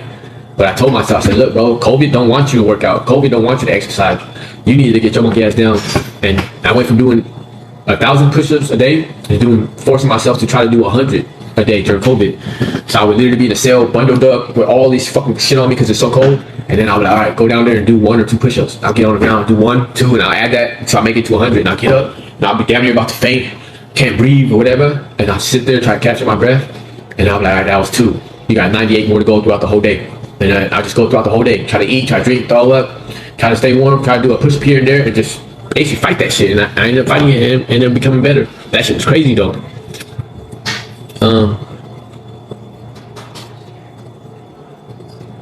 Fado Fiasco said that beanie's hard, bro. Thank you. What type of Asian are you, brother? I'm Vietnamese, fam. Sarah Elizabeth said, you are such a handsome man. Thank you, Sarah. I appreciate you. Hey, J. Daw Sosa said, hey, another Sosa. So my name isn't Sosa. My cat's name is Sosa. And my handle right here is King Chief Sosa, but that's not for me. That's not my name. I got that name for my cat, my kitty cat. If you watch my videos, I have a cat, an all-white cat, and his name is King Chief Sosa the Great. And so a lot of people be thinking that that's my name, but that's not. I named it after my cat. Nikki said, this is so heartbreaking. I worked in the emergency room during the beginning of COVID. It was hell, right? Nikki said, I don't want to go through it again. Seeing so many people die, especially the elderly. Your JK Kenny said your name is Danny, LOL. So, yeah, it was sad. Like sitting there in prison watching inmates die all around me. You feel me? Especially the elderly or those who had terminal illnesses, like cancer or stuff like that. It was sad. Like, I would sit there and look out the window and I would literally see them taking these people out in stretchers, feel me, carrying them out, and be like, damn, one day you're here and the next day you're gone. I remember seeing people literally come out because like they kept us in our cells and they would never let us out of our cell unless it was just for a shower every 3 days, and it'd be a cold ass shower, no hot water. And there were dudes that were so sick that once their cell door would crack open, because they try to keep us contained, once the cell door would crack open, say for instance for a shower, these dudes would come out to the day room and literally sit in the day room or lay down on the ground and be like, I refuse to go back in my cell. I can't breathe. I'm struggling to breathe. And I would sit there and watch these dudes and the police. They don't know what to do. There's a hell of people in the yard sick. All this crazy stuff going on. So like, what do we do? They call medical. It's like, we ain't got no room for him over here. There's a hell of people sick. So you literally see the police telling these dudes, you gotta go back to your cell. The dudes literally laying on the ground and they were begging the police like, no, don't put me back in that cell. I'll die in there. And the police like, you have no choice. There's nowhere we can send you. There's nothing we can do. There ain't no breathing machines for everybody. And they'll force these dudes to go back in the cell and a dude go back in the cell and die. You feel what I'm saying? So it was crazy. It's sad knowing that that's somebody's loved one, somebody's family member, and they're getting treated like less than human. You feel me? Tanya said, what's your name or nickname? I don't have a nick. I used to have a gang nickname, but I don't go by that name anymore. On TikTok, I go by 1222 Free. And the reason why I go by 1222 Free on TikTok is because I was released from prison on 12/22, 2021, and 12/22 happens to also be the numerics for my neighborhood, not my gang, but the neighborhood that I'm from, called Linda Vista. The L being the 12th letter and the V being the 22nd. So I just felt like it was a sign from God that I was released on my hood day, basically not to go out there and destroy it, but go out there and help with the construction of my neighborhood and be a living amends to it. And so that's what I've been doing. I mean, I always represent Linda Vista as best as I can through my content, but I try to represent it in a positive light now. You know what I mean? Were you locked up in California? Yeah, I did time in California. Mainly, all my life. Martine, sending me love. Thank you, Martine. JK said your hoodie looks very comfy. Thank you. Yeah, I was showing off this hoodie earlier. It's on the back it says make art, not, and it had an arrow pointing to the front, and the front says war. My sister made it for me. Tanya Perry said, oh my God, sad. Nikki said, being a tech and ER turn, ER having to CPRs people was so crazy. Wow, I can only imagine what that was like. Martine said, you bet you're our inspiration. Thank you, Martine. Christine said, how did you end up in Oregon? So my sister, she lives out here with her husband, and her husband is originally from Oregon. And my sister met her husband in the Bay Area. My sister used to live out there in the Bay. They met out there, hooked up, started a family or whatever. And together they got 3 kids together. And my brother-in-law, my sister's husband, his grandpa told him, if you move back to Oregon and bring the kids, I'll give you your own house. I'll give you a house for free. So they couldn't turn that down. So they moved up here to Oregon so the kids can be closer to the grandparents, etc. And they got a free house for moving up here. And me and my sister got really close when I was in prison. And I started changing my life when I was in prison. Basically changing my ways, breaking ties with my gang, and wanted to do good when I got out. And so when I got out, I went to a halfway house. And when I got done with the halfway house, I could have just stayed in San Diego and went from there. But more than likely, I would have got caught up in the BS down there because that's where I'm from. And so my sister offered to let me move up here to Oregon and stay with her. And so I moved up here and I've been up here since. And I can stay with her, but the thing is, I don't like to cramp nobody's style. You know what I'm saying? Like, I told her I'll just stay with you until I get off parole and I'll bounce. Well, I've been off parole since April. And right now it's May, June, July, August, September. Right now it's September, 5 months ago. I got off parole 5 months ago. So, I've been trying to get everything situated so I can bounce and just go travel and live my life. And just make the most of this new chapter, this new freedom I have, you know? Thank you, Sierra, for pinning that to the top of my chat. I appreciate you. Do you like Oregon? It's all right. It's different. It's slow. It's not like where I'm originally from. There's pros and cons to it. I love the nature out here. I don't like the lack of diversity. The people up here are very kind, very respectful. I like it, but sometimes it kind of scares me. It confuses me because I'm not used to people being so damn nice. But other than that, I don't regret coming up here or experiencing it. I think it's a great thing to experience and to be able to actually say, yeah, I lived in Oregon before. You feel me? Christy says, I love Oregon. Fado says, respect, bro. Hope you don't mind me asking, but TLC? Yeah, I used to be from TLC. Glad you're out and you're good. Thank you, Fado Fiasco. I don't even know how the hell you know about TLC. You must be from Dago, huh?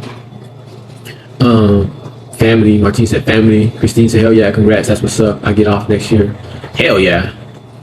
I got off in a year. I had 3 years parole. I gave him a year clean and I got off 2 years early. Tanya said, do you have a girlfriend? You're so handsome. No, I don't. I don't have a girlfriend. I'm not like closed off to relationships, this and that, but I feel like relationships is a lot of headaches. You know what I'm saying? Especially the kind of person that I am and the life that I'm trying to live. I'm a free spirit, a nomadic spirit. I like to travel. I like to move around. I like to stay in one spot. So if I ever get in a relationship, it has to be with someone that's on the same kind of level as me. You feel me? Someone that's willing to move and travel like a minimalist. You know what I'm saying? Because I'm the type of person that I can't stay stuck to a house or stay stuck to one place. You feel me? I gotta keep it pushing. You feel me? Go wherever the wind blows type shit. And that's not for everybody. I know there's someone for everyone, but I have yet to meet that person that fits me. You know what I'm saying? But one day, and at the same time, I'm not really tripping on it. Like a lot of people, they feel like they have to be in a relationship, and if you're not in a relationship, then you're considered very lonely or whatever. I feel like I don't need to be in a relationship, and in actuality, I'm not lonely. You know what I'm saying? I mean, it would be cool to have somebody in my life, but at the same time, it depends on the person. Like I don't want. A lot of people get relationships messed up. They don't even understand how to be in a relationship or how to respect the other person. A lot of people get into a relationship and they act like they own their partner now. You know what I'm saying? Not understanding that your partner is a free person with his and her likes and dislikes and wants and whatever, right? And a lot of people try to get into a relationship and basically control their partner and tell their partner what they can and can't do. And I can't do that because I got off parole. I spent all my life locked up. I don't need someone else telling me what I can and can't do, or someone constantly blowing up my phone. Where you at? What you doing? I'm cool with that. That's not me. I'd rather be in a relationship with somebody that, is grown and mature and understands that I'm busy, just like I know that she's busy, and I can't always holler or constantly hit her up, or I'm not with that good morning texts every day and good night. I don't do none of that. You feel me? That's like little kid shit. I'm a grown ass man. You feel me? Know, trust, and believe that if you are with me, I'll be faithful and loyal to you. That's all you need to know.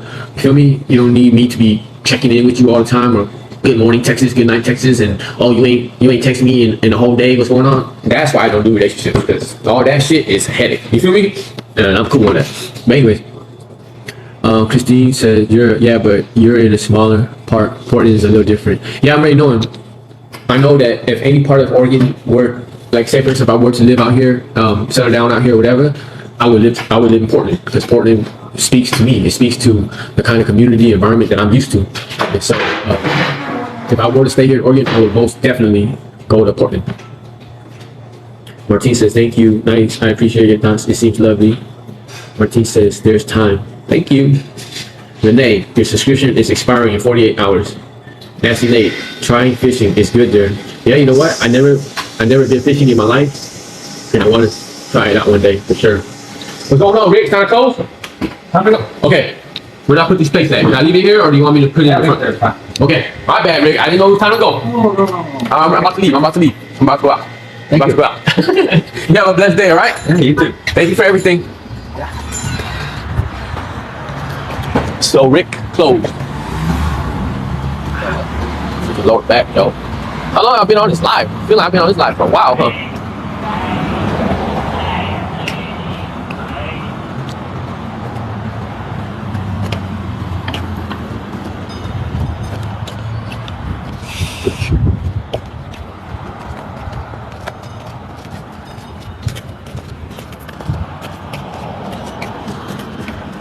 Chrissy said, damn lucky, I owe hella restitution, so I can't get off early.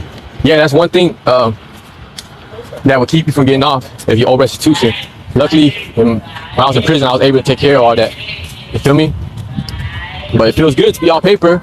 I spent damn near 30 years either incarcerated or under some form of supervision. And I'm off, I'm free, you know what I'm saying? That's why now I'm able to hit the road and do whatever the hell I want to do. And it's crazy because now that I'm off, I'm free. It's like, I know a lot of stuff that I want to do, and sometimes it feels like I don't know what the hell to do. You feel me? Martine says, take care of you right now. Nikki, you subscribe to me? Nikki, subscribe. Thank you, Nikki, for subscribing to my live. I appreciate you. Fatal Fiasco, now I'm from the Bay, but I remember meeting some TLC before, and they mentioned the same area. Oh, okay, for sure. So you were in the pen and all that, folks? Yeah, we're well known for Linda Vista. You know what I mean? That's where I'm from, and where the gang I used to be from, I was way over that neighborhood, so everybody knows about that shit. There were only three gangs in my neighborhood, on Linda Vista, and whatever. If you're from one of those three, everybody knows. You know what I'm saying? Martine said, yeah. Martine says, I look back at my exes and I'm like, damn, what was I thinking? Right? Fatal Fiasco. Either way, proud of you, bro. Keep doing what you're doing. Thank you, fam. I appreciate you. You feel me? I'm gonna keep on trying to make this happen. You feel me? I just want to be able to do this to show others. You feel me? Show homies that are stuck in the life or whatever. Show them that, hey, you could spend damn near your whole entire life incarcerated. Damn, why is my beanie looking all crazy? This freaking stupid ass mirror. Hold up. Okay. You can spend damn near all your life incarcerated, grow up in the system, be caught up in the gangs and the drugs and the criminal lifestyle, etc., etc. And man, this shit, I gotta turn this mirror around because this shit be fucking throwing me off. And then still get out and make it happen. You know what I'm saying? And that's what I want. That's what I want to show the homies, especially the homies in the pen who got contraband cell phones to be tapping in. I got homies in the pen that still that be watching my lives, some that be watching my videos, whatever. And I want them to be able to look at my shit and be like, damn. I want them to vicariously live through me. Be like, damn, bro. If the homie, especially those that know my story, be like, damn, if he could do what he's doing, I could most definitely get out and make it happen too. You know what I'm saying? I'm out here trying to find my way as I go along, but at the same time, I'm doing it my way. I'm trying to do it in a way where I don't go with societal norms. I don't do it the way the average person chases the so-called American dream. You feel me? I do it my way, and hopefully I'll make it happen my way. You know what I'm saying? Anyway, you gotta say, what is your way? Well, you're witnessing it right now. You feel me? I got out of prison a year and a half ago, started creating content, and everyone told me like, oh no, you're not gonna make it on TikTok and this and that. What if I would have listened to them? I would be stuck right now behind a 9-to-5, busting my ass, working for the next man. But I stuck to what I believe, and I believe that TikTok, basically social media, it evened out the playing field for everybody. And what I mean by that is, like, before social media and all that, everyone aspired, I guess, you know what I mean? Everyone aspired, or they wanted their kids to be doctors when they grew up, or lawyers, or firemen, firefighters, or athletes, and NBA, NFL type shit. You know what I mean? That was like considered making it, right? And in order to make it in those fields, it took a lot of money and etc. etc. So not everybody could make it like that. You feel me? But then social media came along. Thank you, Natalie, for the gifts. Social media came along, and even out that playing field to where even a little ass kid could be a multi-millionaire off of social media, or a content creator, or whatever. Anybody, a grandma to a little kid, old elderly person could be blowing up on social media to a little ass kid, everything in between, right? So when I was in prison, thank you for hand-hearting the gifts, y'all. So when I was in prison, I started studying about this stuff. I started sitting back one day and I learned about TikTok one day when I was in prison from watching PBS. And they were talking about TikTok and how people are making money off being content creators. I was like, what the hell is that about, right? Didn't know nothing about it, but I told myself when I get out, I'll study more into it. Then I got out, and luckily when I was at a halfway house, my bunkie was on TikTok and he told me about it more. So I started doing it. And my whole thing is being part of that percentage of people who make it as a content creator, and the playing field is even now. We're saying anybody could do it. As long as you create dope content, as long as you got people who like your content and want to follow you and whatever, you're good. You feel what I'm saying? And so it takes work, right? A lot of people hated on me initially when I got into this game because they're like, oh, you're not gonna make it as a content creator. I mean, quit chasing that pipe dream. But these are haters that are talking from a place where they don't even know what the hell they're talking about. They don't even know how to make it as a content creator. They just see maybe they gave it a try. They tried to upload a video and it didn't go nowhere, so they just gave up. I got over 700 videos posted since I've been out. I've been out a year and a half, and I probably got 800 by now because they don't even keep track of the count no more. But that's the thing. People don't see that though. They don't see the grind. They don't see behind all this how I stuck with it. It's been a year and a half, and I posted close to 800 videos. You feel me? And it wasn't until I posted like over 600 where I went viral.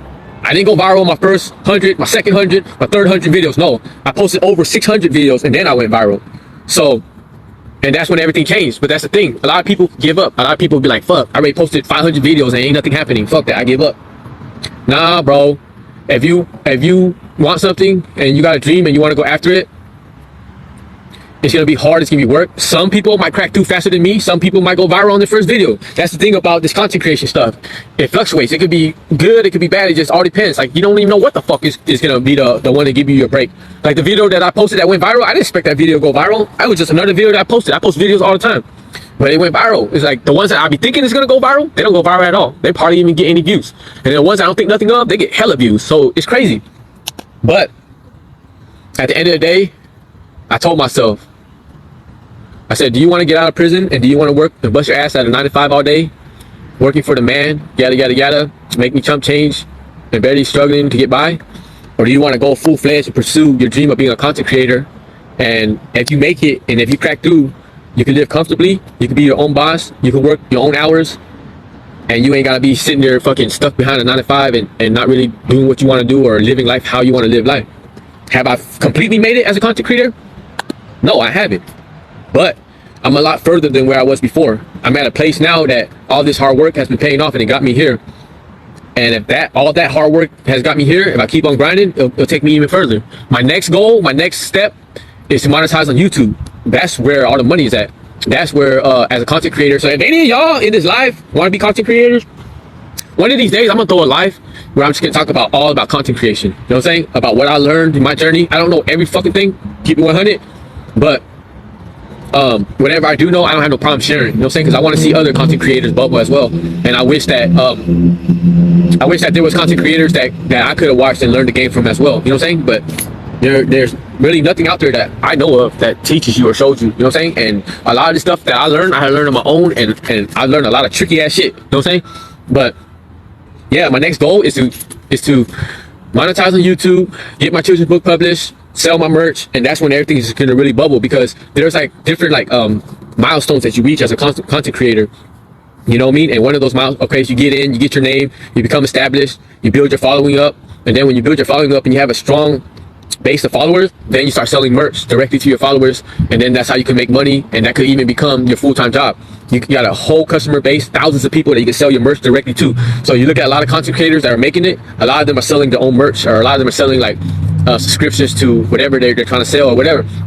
And that's the next part of being a content creator. You get to a point where you start selling directly to your customers. Then you get to the point where you start making major brand deals with major brands, and people are paying you for collaborations, and all kind of stuff comes of it, right? But you just gotta stay in the grind. A lot of people think like it just comes overnight. Nah, for some people, yeah, some people went viral, went boop crazy, and they blew up. And for some people, they go viral and nothing happens. And the reason why that is because say for example, you go viral, right? You go viral, and now people want to check you out. They're like, oh shit, who's this dude, or who's this woman, who's this chick? This is a dope ass video. It's a viral video. I want to see what else he or she's all about. So they go to your page, and you don't have no other content on there, but you probably got like 5-6 videos that has nothing to even do with your viral video. You know what I'm saying? So then you fizzle out quick. So the thing with me is like, when I went viral, I already had over 600 videos posted at that time. But my niche is very random. I got videos of me and my cat. I got videos of me doing acts of kindness. I got videos of me reposting lives. I got videos of me talking about shit that I've been through. It's just hella random, right? But I do that shit on purpose because I don't want to be known for only one niche. I want to be known for like several different things. So if someone comes to my page and they be like, oh, I don't give a fuck about no shit that you've been through. I don't care about no spiritual stuff. I don't care about no acts of kindness, nothing like that. But I do like cats, so I'm gonna stay here and watch your videos of you and your cat. You feel what I'm saying? But if I would just have only videos of my background and stuff like that, then I would lose a follower that likes cats. So I try to be very versatile with it, right? But what the hell was I trying to get at? Oh, so what I was trying to get at is, Sandra, thank you for the roses. When I did go viral, it was for act of kindness that I did during a DoorDash, right? So when people see that video, they say, oh, who the hell is this dude? Let's go to his page and check him out. So when they went to my page, they had like 600 some videos to check out. You feel what I'm saying? So that sustained the followers. That made new followers. That made people come over there and they were there just to see acts of kindness. I got videos about acts of kindness. And in the process of being there, they could have came across other videos of me doing other stuff, right? Whatever it is. Me and Sosa, me talk about being in prison, whatever. And then there could be something that they could also like and hang out more. But then you have nothing. Say for instance, one of my followers here on TikTok, she had a viral video, right? Over 14 million views. Right? My video went viral. It has over 4 million views. This is me over here. I went viral when I had like 8,000 followers. My video got over 4 million views. Now I got over like 77,000 followers. I gained like 70,000 followers as a result of my video going viral, right? She, on the other hand, over here, she had a video that went viral. Basically, it was a video of her at a beach. She met some dude at the beach, and this dude had a rabbit. And she was videoing this fool. And the dude basically trained his rabbit to, whenever he pointed a fake gun at it and said, pew, pew, the rabbit would play dead, right? She just happened to be at the beach one day, seen this dude walking around with this rabbit, that if he go pew, pew to the rabbit would play dead. She said, oh, that's just cool. So she asked the dude if she could record him doing that. The dude let her record the video. She posted the video went viral, got 14 million views, right? After it got 14 million views, people started going to her page to see what her content was about, to see if she had any other videos that had to do with funny videos of animals or whatever, and she had none of that. So she automatically just fizzled out. She had 14 million views on this video, didn't gain thousands of followers, didn't make nothing happen with it because she had nothing to back her up with it. People seen the video, they liked the video, now they went to go see her content and she had no content there. Probably had like 10 videos of anything, right? So people went over there to it was like basically a one-time thing and it fizzled out. So those of you who want to be content creators and think like, hell yeah, I want to come up with a video and freaking go viral overnight. That's the thing. You could come up with a video right now that goes viral overnight, but it won't last long because you have nothing to back that up. So if you really want to be in this content creation game, just keep on posting videos. Just keep on posting your videos so that if you ever come up with a video that goes viral, when people go to your page, you'll have content that people could watch, that people could enjoy, then people will want to follow you and see what you're about. You feel what I'm saying? So there's a lot to it, but I'll get into all that some other day because that shit's a lot. Trust me. Martin says, "Are you a Capricorn? You seem to have some really Capricorn tendencies." Now I'm not a Capricorn. I'm a Pisces, and I don't even know what Capricorn tendencies are. Richard said, "Oh, Richard, thank you for following me." Padre fan said, "Is rent cheap in Portland?" I don't know exactly how much rent is, but I know it's cheaper than California. One thing I know is about out here in Oregon, a lot of people, what they do out here is they go and they go rent out spots with roommates. There'll be like a house with like 5 bedrooms and there'll just be a gang of different roommates and people will just go rent a room for a month or whatever. I see that a lot out here, but I do know the cost of living is cheaper. The cost of rent is cheaper than California, and probably a lot more cheaper in all of Oregon. Probably Portland is probably the cheapest. Tanya says, "Show the street." Ooh, it looks gloomy. Shit, y'all want to see where I'm at? So I'm at a park right now. I just left Rick's Cafe right there across the street. There's a Subway I go to every now and then. You feel me? That's the main road. That's Main Street. And this is the park that I'm at. I'm the only person at this park today. Usually there'd be a gang of people, but I guess it's because it's cold and it's gloomy. Ain't nobody out here. You feel me?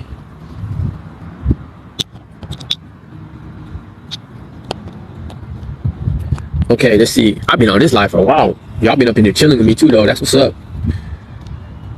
You probably have been on live for nothing less than 2 hours, right? Rent important is so. Sierra said, but no worries. That's what we come for. We love to hear your stories and see your smile. Yeah, so this live, oh shit, I forgot to turn the camera around. So this live, has been running for like over 2 hours. And usually I'll end the live and start over again because when the live runs for too long, it takes a lot for me to download and edit and upload it to YouTube and stuff like that. So I think today with this live, I'm not even going to repost it. I'm just going to keep it going 2, 3, 4 hours, but it's going to be too much to download, so I'm not even going to repost it. Natalie, thank you for the TGIF. Martine says, stay strong and free, baby. Thank you, Martine. Nikki said, Danny, where you at? I'm in Oregon, in Monmouth, Oregon. What do you mean? Tanya said, I'm happy for you. Yes, you're free. Thank you, Tanya. Chris, damn, I know that's right. Keep doing the next right thing. You got this. I love your spirit. We ain't got no choice. You know what I'm saying? It's win season. Like, it's no more losses. We ain't taking no more shorts, no losses. Took too many losses. Spent almost over 27 years of my life incarcerated, almost 30 years. And I'm not even counting the 4 months I did at the halfway house when I got out, and then the year that I had to do on parole. And you count all that, it's down to 30 years. But took too many losses in my life. Now all I'm trying to do is win. All I'm trying to do is win and live my best life and do what the hell makes me happy. You feel me? And what makes me happy? It's being my own boss, doing what I want to do, whenever I want to do it. You feel me? And that's my goal right now. Padre, good job getting your lift right. Thank you. Daddy said your beanie is fine. LOL. Martine said hell yes. Grace said hi Danny, hope you're good. Hey Grace, how you doing today? I hope you're good too. Martine said this is why we are here, to take care of each other. Amen to that. You feel me? Hey Michelle, you're going so many places, my boy. Thank you. I received that. I'm going so many places. Speak that shit into existence. Feel me? I prior to coming up here to Oregon, the only place I've been outside of California was Vegas. So now, since I've been out this year and a half, I've been to Oregon, I've been to Massachusetts, I've been to New York, I've been to Ohio, and where else have I been? And that's it, I think. And Vegas. So that's 5 places I've been since I've been out. And that's just the beginning. I'm gonna keep on going places. Kenny Stevens, my boy Danny, feel me? What up, Kenny? Martine, true. Sierra said, I always say you have to do what makes you happy. Who cares what anyone else thinks is your life, right? Exactly. You gotta do whatever makes you happy, because if you listen to other people, you're not gonna be doing what makes you happy. You're not gonna be living your life. You're gonna be basically a prisoner of what other people want you to be and do. Fuck that. I remember when I was in prison, I sat in the shoe and someone tagged on the wall.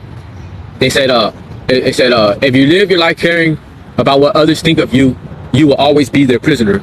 And bro, I sat in that cell for years, right? Looking at the shit on the wall every now and then. I was like, what the hell does that shit mean? If you live your life caring about what other people think of you, you will always be their prisoner. I didn't get that shit for years. And then one day it hit me. I was like, oh shit. If you live your life caring about what other people think of you, you will always be their prisoner. That means you're basically functioning and you're basically going about life doing everything that other people want you to do. You're acting a certain way, you're living a certain life, you're living your life according to what society or what other people want you to do.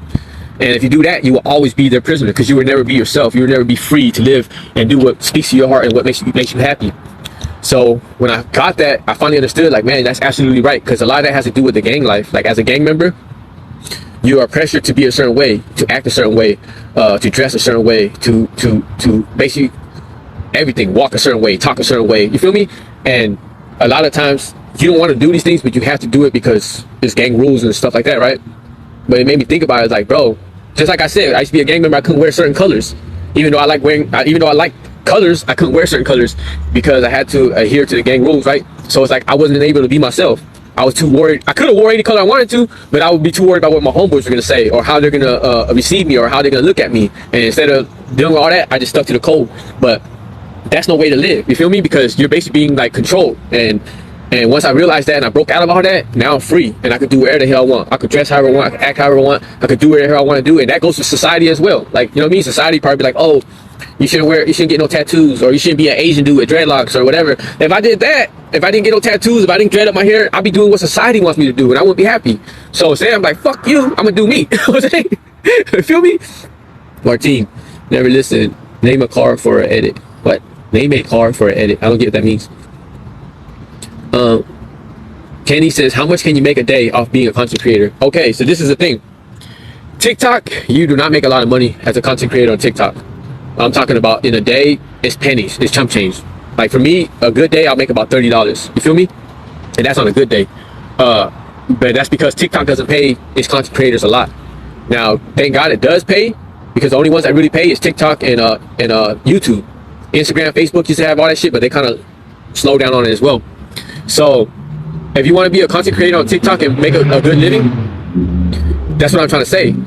You won't make a lot as a content creator on TikTok, depending solely on video views and brand deals that TikTok has for you, whatever, because you won't make that much. But if you make it as a content creator to have a huge following, that's when you kick TikTok out the middle and you start selling merch directly to your followers, and that's when you start making the money. You get what I'm saying?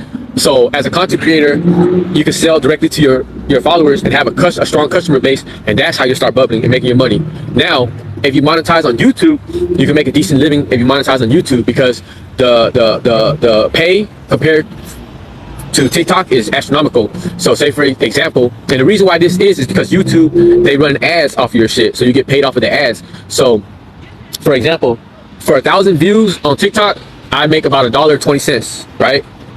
For 1,000 views on YouTube, I make between $40 and $50. So the price range is astronomical. $1.20 for 1,000 views on TikTok compared to $40 or $50 on YouTube. And the reason why that gap is so astronomical is because YouTube, they pay you because they run ads on your videos. You feel me? And it's the ads that make you a lot of money. So the goal for me as a content creator is to take my followers on TikTok and push them over there to YouTube. Feel me? And have them go subscribe to my YouTube and have them go watch my videos on YouTube. That way I can monetize. When I originally started pushing my followers over to YouTube, I only had like 100 something subscribers on YouTube. Now I got almost 750, and it's only been like a couple months. And initially I only had like 20 something watch hours. You need 3,000 watch hours to monetize as well. You need 1,000 subscribers and over 3,000 watch hours to monetize. So initially I started off with like less than like 100 some subscribers and less than 100 watch hours. Now I got almost 750 subscribers and almost 300 watch hours. It's the watch hours that I'm slacking on right now. But I understand, because the majority of my content on YouTube is basically my lives that I repost on YouTube, and a lot of y'all already watch me live anyway, so y'all ain't gonna go over there and watch it twice. Some of y'all do, and my lives, I mean, me personally, I don't think they're all that. I think my lives are cool. Sometimes I talk about cool stuff, sometimes I have nothing to talk about, but it's just my community who enjoy hanging out, because we all hang out as a community. But when I hit the road, and that's the reason why like all this is mapped out. I plan to live out of my car, I plan to hit the road, I plan to travel, I plan to meet up with a gang of my TikTok friends and followers. I plan to let you guys vicariously live through me as I travel and adventure and, you know what I mean? Live life, right? Experience new things. So when I go there, that's when I'm gonna start posting different videos of my travels and my adventures on YouTube as well. And I believe when I get to that point, that's when my YouTube channel will really go up, because there'll be different stuff for people to watch all the time. Instead of watching my lives reposted, yeah, that's cool, but it's not really that exciting. You know what I'm saying? But if you start watching videos of me traveling, videos of me experiencing new things, videos of me going to dope ass nature spots and tourist attractions and amusement parks, videos of me meeting up with my TikTok friends and followers, the pros, the cons, the ups, the downs, the good times, the bad times, whatever, every day is gonna be something different. So that's where the money is gonna be. And when it gets there, once I monetize on YouTube, I don't know how much I'll make a day. I'll make $40 to $50 for every 1,000 views that I get on YouTube. I know that much. So it all depends on how many views. If I get a viral video on YouTube, it's a wrap. Like on TikTok, if you get a viral video, you make like $400 or $500 off a million views. You feel what I'm saying? That ain't shit. A million views on YouTube, 1,000 views will get you like 40 to 50 bucks. So a million, that'll be 500 for 10,000. 5,000, you'll get like $50,000 or something like that for a million views on YouTube. You get what I'm saying? So that could drastically change a person's life. You can get a viral video on TikTok and make $400 or $500 if that. You get a viral video on YouTube and make 40 to 50,000. And imagine that. You feel me? Yeah. And Sal Fang said, and merch, exactly. So that's what it's all about. People think, oh, you become, you go viral on TikTok and you just bubble overnight. You just sit back, relax, and collect your money. No, that's not how it works. You go viral, you build a strong following, and then you gotta be calculated and smart. You have to keep your content going. You have to go live and interact with your followers and your new followers. You have to basically get to a point where you can start selling your own merch and selling it directly to your followers and stuff like that. That's where the money comes in. So TikTok, whatever I make on TikTok, it's cool and everything. especially when I get my merch line going. But the real money will be on YouTube though. Sexy Tattoo said you'll get there. I believe that 1000%. I received that. Thank you, Sexy Tattoo. Because not only do you believe that, but I believe it too. Because you know why I believe it? I believe it because I have the vision. You know what I'm saying? I see the vision in my mind all the time. So before I even touch these millions of dollars, I already envisioned it. You feel what I'm saying? And so I know that's going to happen. I don't know when it's going to happen, but I know it's going to happen. And the beautiful thing about all this is that there's a group of y'all who believe in me, who see that I have potential, who've come alongside with me right now where I'm just starting off into my journey as a content creator before the bubble, before the come up, before the shine. And those are the people that I really got a lot of love for. And those are the people that when I make it are the people that I'm really blessed and look out for and take care of. You feel me? There's a lot of y'all who've been rocking with me from the gate, looking out for me in your own ways. You know what I'm saying?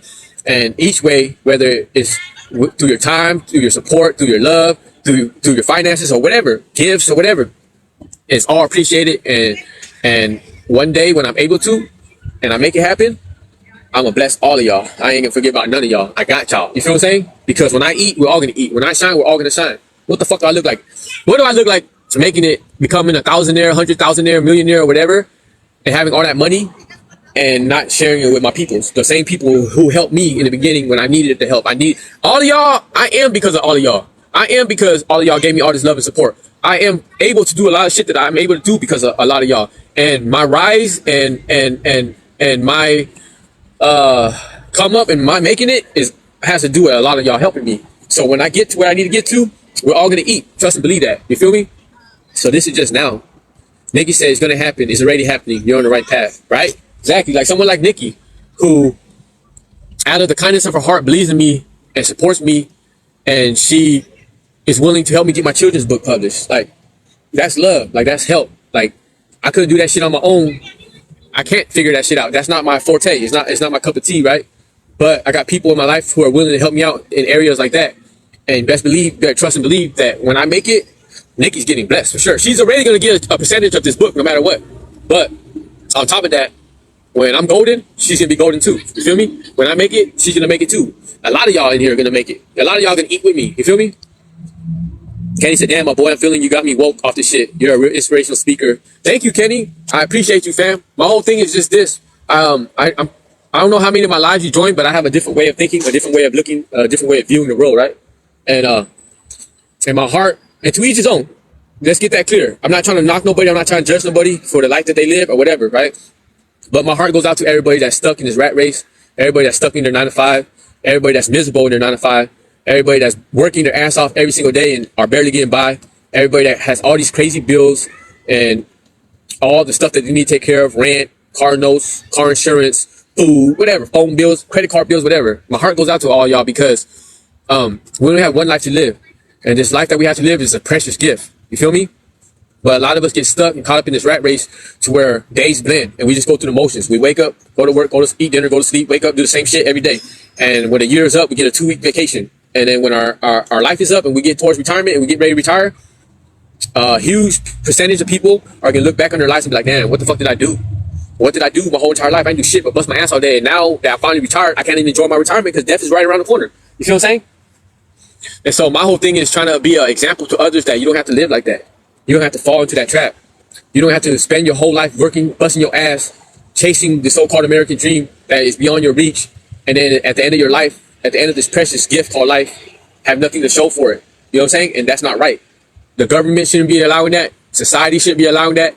We as human beings, we should all be able to live good lives and just enjoy everything that's around us. Think about it. In the beginning, right? When God created the earth and all that, oranges, apples, pears, they were free to everybody. You feel me? It was man that put a price on everything. It was man that started taking oranges and fruits and shit and putting them up in the grocery store and selling it to each other. That's not how fucking God intended it to be. You feel me? He made this earth and he made it bountiful and he made it to where everybody and their mama could eat and everybody and their mama could enjoy it and everybody could just chill. And you know what I'm saying? You got a fruit tree over here. It's everybody. Everybody could enjoy. Everybody could eat. Human beings could take care of each other and everybody could be alive and happy. But instead, man came with his twisted ass thinking and his twisted ass ideas. Big Austin! Oh, I thought that was Big Austin. Man came with his twisted ideas, whatever, and took what God gave freely to everybody, like oranges, and ended up putting a price on it and selling it to each other. So that's what I mean. And society has set it up so much to where we all just go with the flow and the norms and thinking this shit is normal. In actuality, it's not normal. Who the fuck said that? Who the fuck said anybody owns this earth or anybody owns everything that's around? Nobody owns it. This is given to us by God. So we should be able to live where we want to live, sleep where we want to sleep, eat whatever fruits that's going on, whatever trees. You get what I'm saying? Hunt any animal we want to hunt and eat. That's the way it should be. You feel what I'm saying? But instead, man came along and man made it to where man oppresses man and man has man paying for shit that God gave to us freely. And then not only that, man got greedy and man started taking more than man needed. And if you watch a lot of these videos, you see a lot of these grocery stores or Walmart, stuff like that. And you watch people at dumpster dive, these stores are throwing away good food. Hella good food. Ain't nothing wrong with the food. They just throwing it away. Hundreds and thousands of dollars worth of food. Because that's man's greed. You know what I'm saying? Man will take anything and take it to an extreme. You feel what I'm saying? There's people right now with millions and billions of dollars. Don't nobody named mama need that much money. You feel me? And if you do got that much money, give it back to the people. Give it back to the society. Give it back to your fellow human beings. How the fuck could you be a billion-dollar person and walk down the street, see a homeless person and just keep on walking? You feel what I'm saying? That don't make no fucking sense. But that's man. That's greed. You get what I'm saying?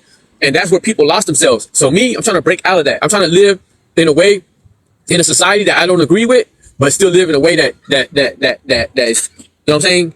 That makes sense to me. You know what I'm saying? It took me a long time to get to this place. It took me a long time to see things for what it is.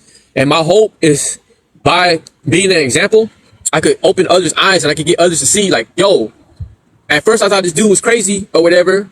His ass been locked up damn near 3/4 of his life. What the fuck does he know about anything, right? But now I've been really checking him out and really been listening to what he's saying, and I've really been seeing what he's been doing. And this dude makes a lot of sense. How could someone like him, who spent 3/4 of their life incarcerated, get out, start over from zero, start over from scratch, and go and live a life that others aren't even living? He's living. He's enjoying his life. He ain't miserable other than what he does to himself. Like my depression and all that shit, it has nothing to do with what's going on out here. It has to do with inner demons that I battle with, right? But that's a whole other thing. But what I'm trying to get people to see is that if I could do it, if I could break out this matrix after I spent all my life incarcerated, after I got out a year and a half ago and started off from zero with nothing, anybody could do it. You just got to change your way of thinking. You got to change your perception. You got to change the way you look at shit. You got to snap out of what was ingrained in you since you were a kid. Thank you, John Q. You got to snap out of what was ingrained from you instinctively since you were a child. You grew up in a society where it was bombarded, your senses and your thoughts and everything was bombarded by what society wants you to do. Everybody in society's like, oh, you got to go to school. You got to go to college. You got to get a good degree. You got to get an education. You got to get a high-paying job. You got to get a house with a picket fence and a dog and a wife and a kid. Bruh. We all know you don't need to do that. But that's what society planted in our heads since we're kids. You need to be a doctor. You need to be a lawyer. In actuality, that's the propaganda that they're pushing and they're making everybody believe that. But what happens when you go to college? You end up getting yourself in a major-ass debt, college debt. And so you go to college for 4 years or whatever many years you go to college. You come out of college with a major $100,000 debt or whatever thousands of dollar debt that you accumulated while you're going to college. Now you get to a so-called good job because of this so-called college degree that you have, and you spend the rest of your life paying off this damn debt. That don't fucking make no sense. What part of the American dream is that? You feel me? There's other countries where the educational system is free or it doesn't even cost like America. Their medical system is free or doesn't cost like America. In Europe, their welfare system, they give money to everybody in their country. You know what I'm saying? There's some countries that pay you to live in their country, and it goes on and on. So don't think, and this is not to knock America or no Americans, and not trying to act like I'm anti-American, nothing like that. I'm anti-bullshit. You know what I'm saying? So don't think that everything that they're telling you is milk and honey. Don't think that everything they're telling you is right. Don't think that everything they're trying to sell to you or the propaganda they're trying to push on you, don't just take it on face value as, okay, that's what it's supposed to be because everybody in mama said that's the way it's supposed to be. No, question everything around you. Question why things are the way it is. Question why there's the 99%, which is me and all of y'all who are struggling, and there's the 1% that make it. There's a 1%. There's a 1% that are millionaires, and that's the American dream that everybody from other countries see. When people in other countries hear about this big American dream, what do they see? They see Hollywood. They see celebrities and mansions. They see Rolls Royces and Jaguars and people making it rain in the club and people with big stacks acting like it's a cell phone. That's what they see. And so they think everybody in their mama is over here in America living like that. That's the 1% living like that. You feel me? And these millionaires and all that, they don't even pay hella taxes like the 99% do. But anyways, so that's what people in other countries see. That's what they think America is. They think you go to America, you get over there, you get a job, next thing you know, you're living in a mansion with a swimming pool in the back, and you got you a trophy wife, and you drive around a Ferrari. That's what everybody in other countries think, right? So they immigrate over here, they migrate over here, they come to this country, and they're in for a rude awakening. What they end up being, they ended up They end up building up America. That's what they end up doing. America ends up getting built on the back of these migrants and these immigrants. Their blood, sweat, and tear builds America up. And they're going to be stuck in this rat race, and they'll never, ever make it to that 1%. They're going to get bills piled up on them. They're going to fall into debt. They're going to get credit card debt. Their interest rates and all this shit is all set up to, once you slip up, bam, you're in debt. Bam, that overdraft fee. Bam, you're going to keep on piling shit on you. And then, okay, say if you go to this country, you want to go get an education. Go get your ass an education. Go to college. And when you come out there, you're going to have $150,000, $100,000 debt because you went to school. You get what I'm saying? So it's all trickery to me. It's all trickery because at the end of the day, those people who migrated over here to this country or whatever, they were better off in their own country. They were actually better off in their own country. A lot of countries that people come from, their cost of living is better. The government is better, yada, yada, yada. But they fell for the propaganda. They fell for the American dream, and they came to America and only got a rude awakening. And now they're stuck here in America because now they created a family over here. They got them a car over here. They got them a spot, apartment, a house, whatever. And now they're stuck to pay these bills and all their responsibilities. And now if they were to ever want to just uproot themselves and go back to their country, it's going to take a lot now. It's going to be like, damn, I got kids I got to take with me. I got to get rid of this house. I got to get rid of this car. I got to get rid of this, rid of that. It's like the more stuff you pile on, the more stuff you become. The more minimalistic lifestyle that you live, the more you're able to just break out of this and take off. And now this is the thing with America.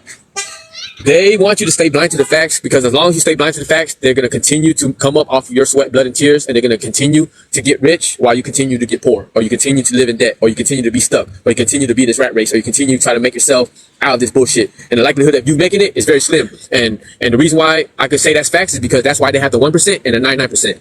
It's not 99% that are balling and 1% that aren't. No, it's 1% that are up there and 99% that are down there, right? So the thing is this. America's game tight. They got their game tight because say, for example, I don't know how many million people in America. Let's just say there's 50 million people in America, right? And just say, for example, a million of us wake up one day and be like, what? We see it for what it is. And we all decide, a million of us decide to go back to our country or go leave America to other countries. America ain't tripping. Why? Because a million new refugees, a million new migrants, and a million new immigrants will come into the United States as they are every day and will take our places. You feel me? And a million new people will come in trying to chase this American dream only to fail. You feel what I'm saying? So America ain't even tripping. It's almost like gangs. Like when I was in prison, right? For example, when I was in prison, the Hispanics, the Southsiders, right? The Surenos, right? They're endless. There's thousands, hundreds of thousands. I don't know, millions of them, right? So imagine being on a prison yard, right? And there's thousands of Surenos on the yard. They treated their people like they were expendable. They would send people on missions. They would send people to go do stabbings or whatever. They would roll people up. They would jump people and get them off the yard or whatever, right? It didn't matter how many people that they lost. There was always an endless amount of them still coming into the prisons. You feel me? So they had soldiers they could lose and soldiers that would replace them. Same thing with America. If a million of us woke up today and said, fuck this, we out of here. We see it for what it is, and this is not living. We finna go wherever else and go live and live way better than we're living here in America and on way less, right? They ain't tripping. America government ain't tripping. They're like, go ahead, go, bye, toodaloo, because they'll replace the 1 million of us that left with 10 million people that are coming in. You feel what I'm saying? So a lot of people, some people see that for what it is. Some people are like, fuck it, what's the point of leaving? Everybody else and their mama's here, I might as well stay here and just deal with this shit. And in the end, when you die, you're gonna die miserable. But some of us, like myself, have woken up to the bullshit and be like, you know what? What the hell am I doing? Why am I over here in America living paycheck to paycheck, barely getting by, living like a straight bum, when I could take the same amount of money that I make right now and go back to my country, which is Vietnam, and live like royalty over there? 40 American dollars is 100,000 in Vietnam. So 400 American dollars is $1 million in Vietnam. You get what I'm saying? So I'm literally a millionaire in my country, and I'm a hundredaire in America. Or I'm a thousandaire in America. You feel me? So that's what I'm trying to get at. That's what I'm trying to get people to see. I'm trying to get people to wake up to the bullshit. And at the end of the day, my hope, my greatest wish is that for others to live. I do not want any of y'all in my chat to get to the end of your life, to get to the point of retirement and look back on your life and be like, what the hell did I do all my life? I didn't really live. I worked every year for a 2-week vacation. I worked all my fucking life to retire. Now I'm at old age and death is right around the corner. And I'm too old to really enjoy what's left of my life. And the rest of the life prior to retirement, all I did was bust my ass all day. I do not wish that for none of y'all. My wish for all of y'all is for y'all to wake up every day happy, to be your own boss, to make your own schedule, to do whatever the fuck you want to do, go wherever the hell you want to go, experience new things, eat different foods, wake up in Tokyo and go to sleep in Jamaica if you want to. That's what I wish for y'all. Because this globe, this earth, there's over 7 billion people on this planet. And each and every one of us is just a dot on this earth. Right now, I'm a dot in Oregon. You feel what I'm saying? But It is not impossible or it's not beyond this dot to travel all around this whole entire earth. Me, this dot in Oregon, it could go to India, it could go to Africa, it could go to Australia, it could go to Asia, it could go everywhere on this earth. The capability is there. And we only have one life to live. So before my life is over with, I want me as this dot to experience as much of this earth that I could experience all over before this life here on earth is over with and I go on to my eternal life in heaven. You feel what I'm saying? I don't want my life to come to the end and I look back and be like, damn, I wish I could have checked out India, or I wish I could have seen Australia. You had every chance, you had every opportunity to do, but you didn't. Why? Because you were stuck in this rat race. You were stuck being basically controlled and not even realize that you're being controlled. And then some of y'all be like, yeah, Danny, but how could we afford to live like that? How could we afford to travel all across the world and live this life that you're talking about? The only way you could afford to do that is if you become your own boss. That's the only way I'm gonna put it to you. The only way you could ever live the life that I'm talking about is if you become your own boss. As long as you're working for another man, you will never get there. And why is that? Because just imagine this, okay? Just imagine you work for McDonald's, right? You work there and you get paid, I don't know, $15 an hour, right? The person that owns McDonald's, the CEO of McDonald's, in an average day, that motherfucker's making like, I don't know how much an hour selling McDonald's. Just think about how much y'all think McDonald's makes in an hour selling food. They're constantly selling shit. Thousands an hour? I don't know, right? But say for instance, they make $1,000 an hour selling food at McDonald's. And they got 10 employees working for them. They're giving each employee $15 an hour. So that's $150 they have to give to their employees in this hour. But they made $1,000 selling food. So they have $850 left for themselves. So while the man is sitting back just collecting off your sweat, blood, and tears, he's keeping $850 for himself. And he's giving you 15, and you and your coworkers $15 each to bust y'all asses for 8 hours a day. While he's making this much every hour, y'all making this much. He's making this much every hour, y'all making this much. You get what I'm saying? And so you're making kibbles and bits. Until you become your own boss, then you'll be busting your ass for yourself. I would rather spend an hour of my life busting my ass, doing what the hell I gotta do, sweat, blood, and tears, and all that's gonna come back to me. You know what I'm saying? Instead of spending an hour of my life working for somebody else, busting my ass, sweat, blood, and tears, just make $15 to make this motherfucker richer. No, do the same fucking amount of work that you're gonna do for another person, do it for yourself. You know what I'm saying? And whatever you make, go to you. Whatever you expend, sweat, blood, and tears, it was all expended for yourself. That's how you get there. And then a lot of y'all are like, yeah, Danny, well, that seems like very easy to talk about, but talking is one thing and doing is another. And that's the thing. Today, back in the days, it probably was hard. It probably was different. But nowadays, with the internet, with social media, with the World Wide Web, with YouTube, there's nothing that you can't do, bro. There's nothing that you can't learn. There's nothing that you can't do if you really wanted to. And all you have to do, basically, to keep it 100 with y'all, you just have to find you forms of passive income, right? Find you several forms of passive income. You could say, for example, I'll give you guys an example of me.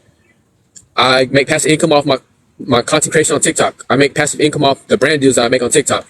I'm going to start make passive income off of the merch that I sell on TikTok.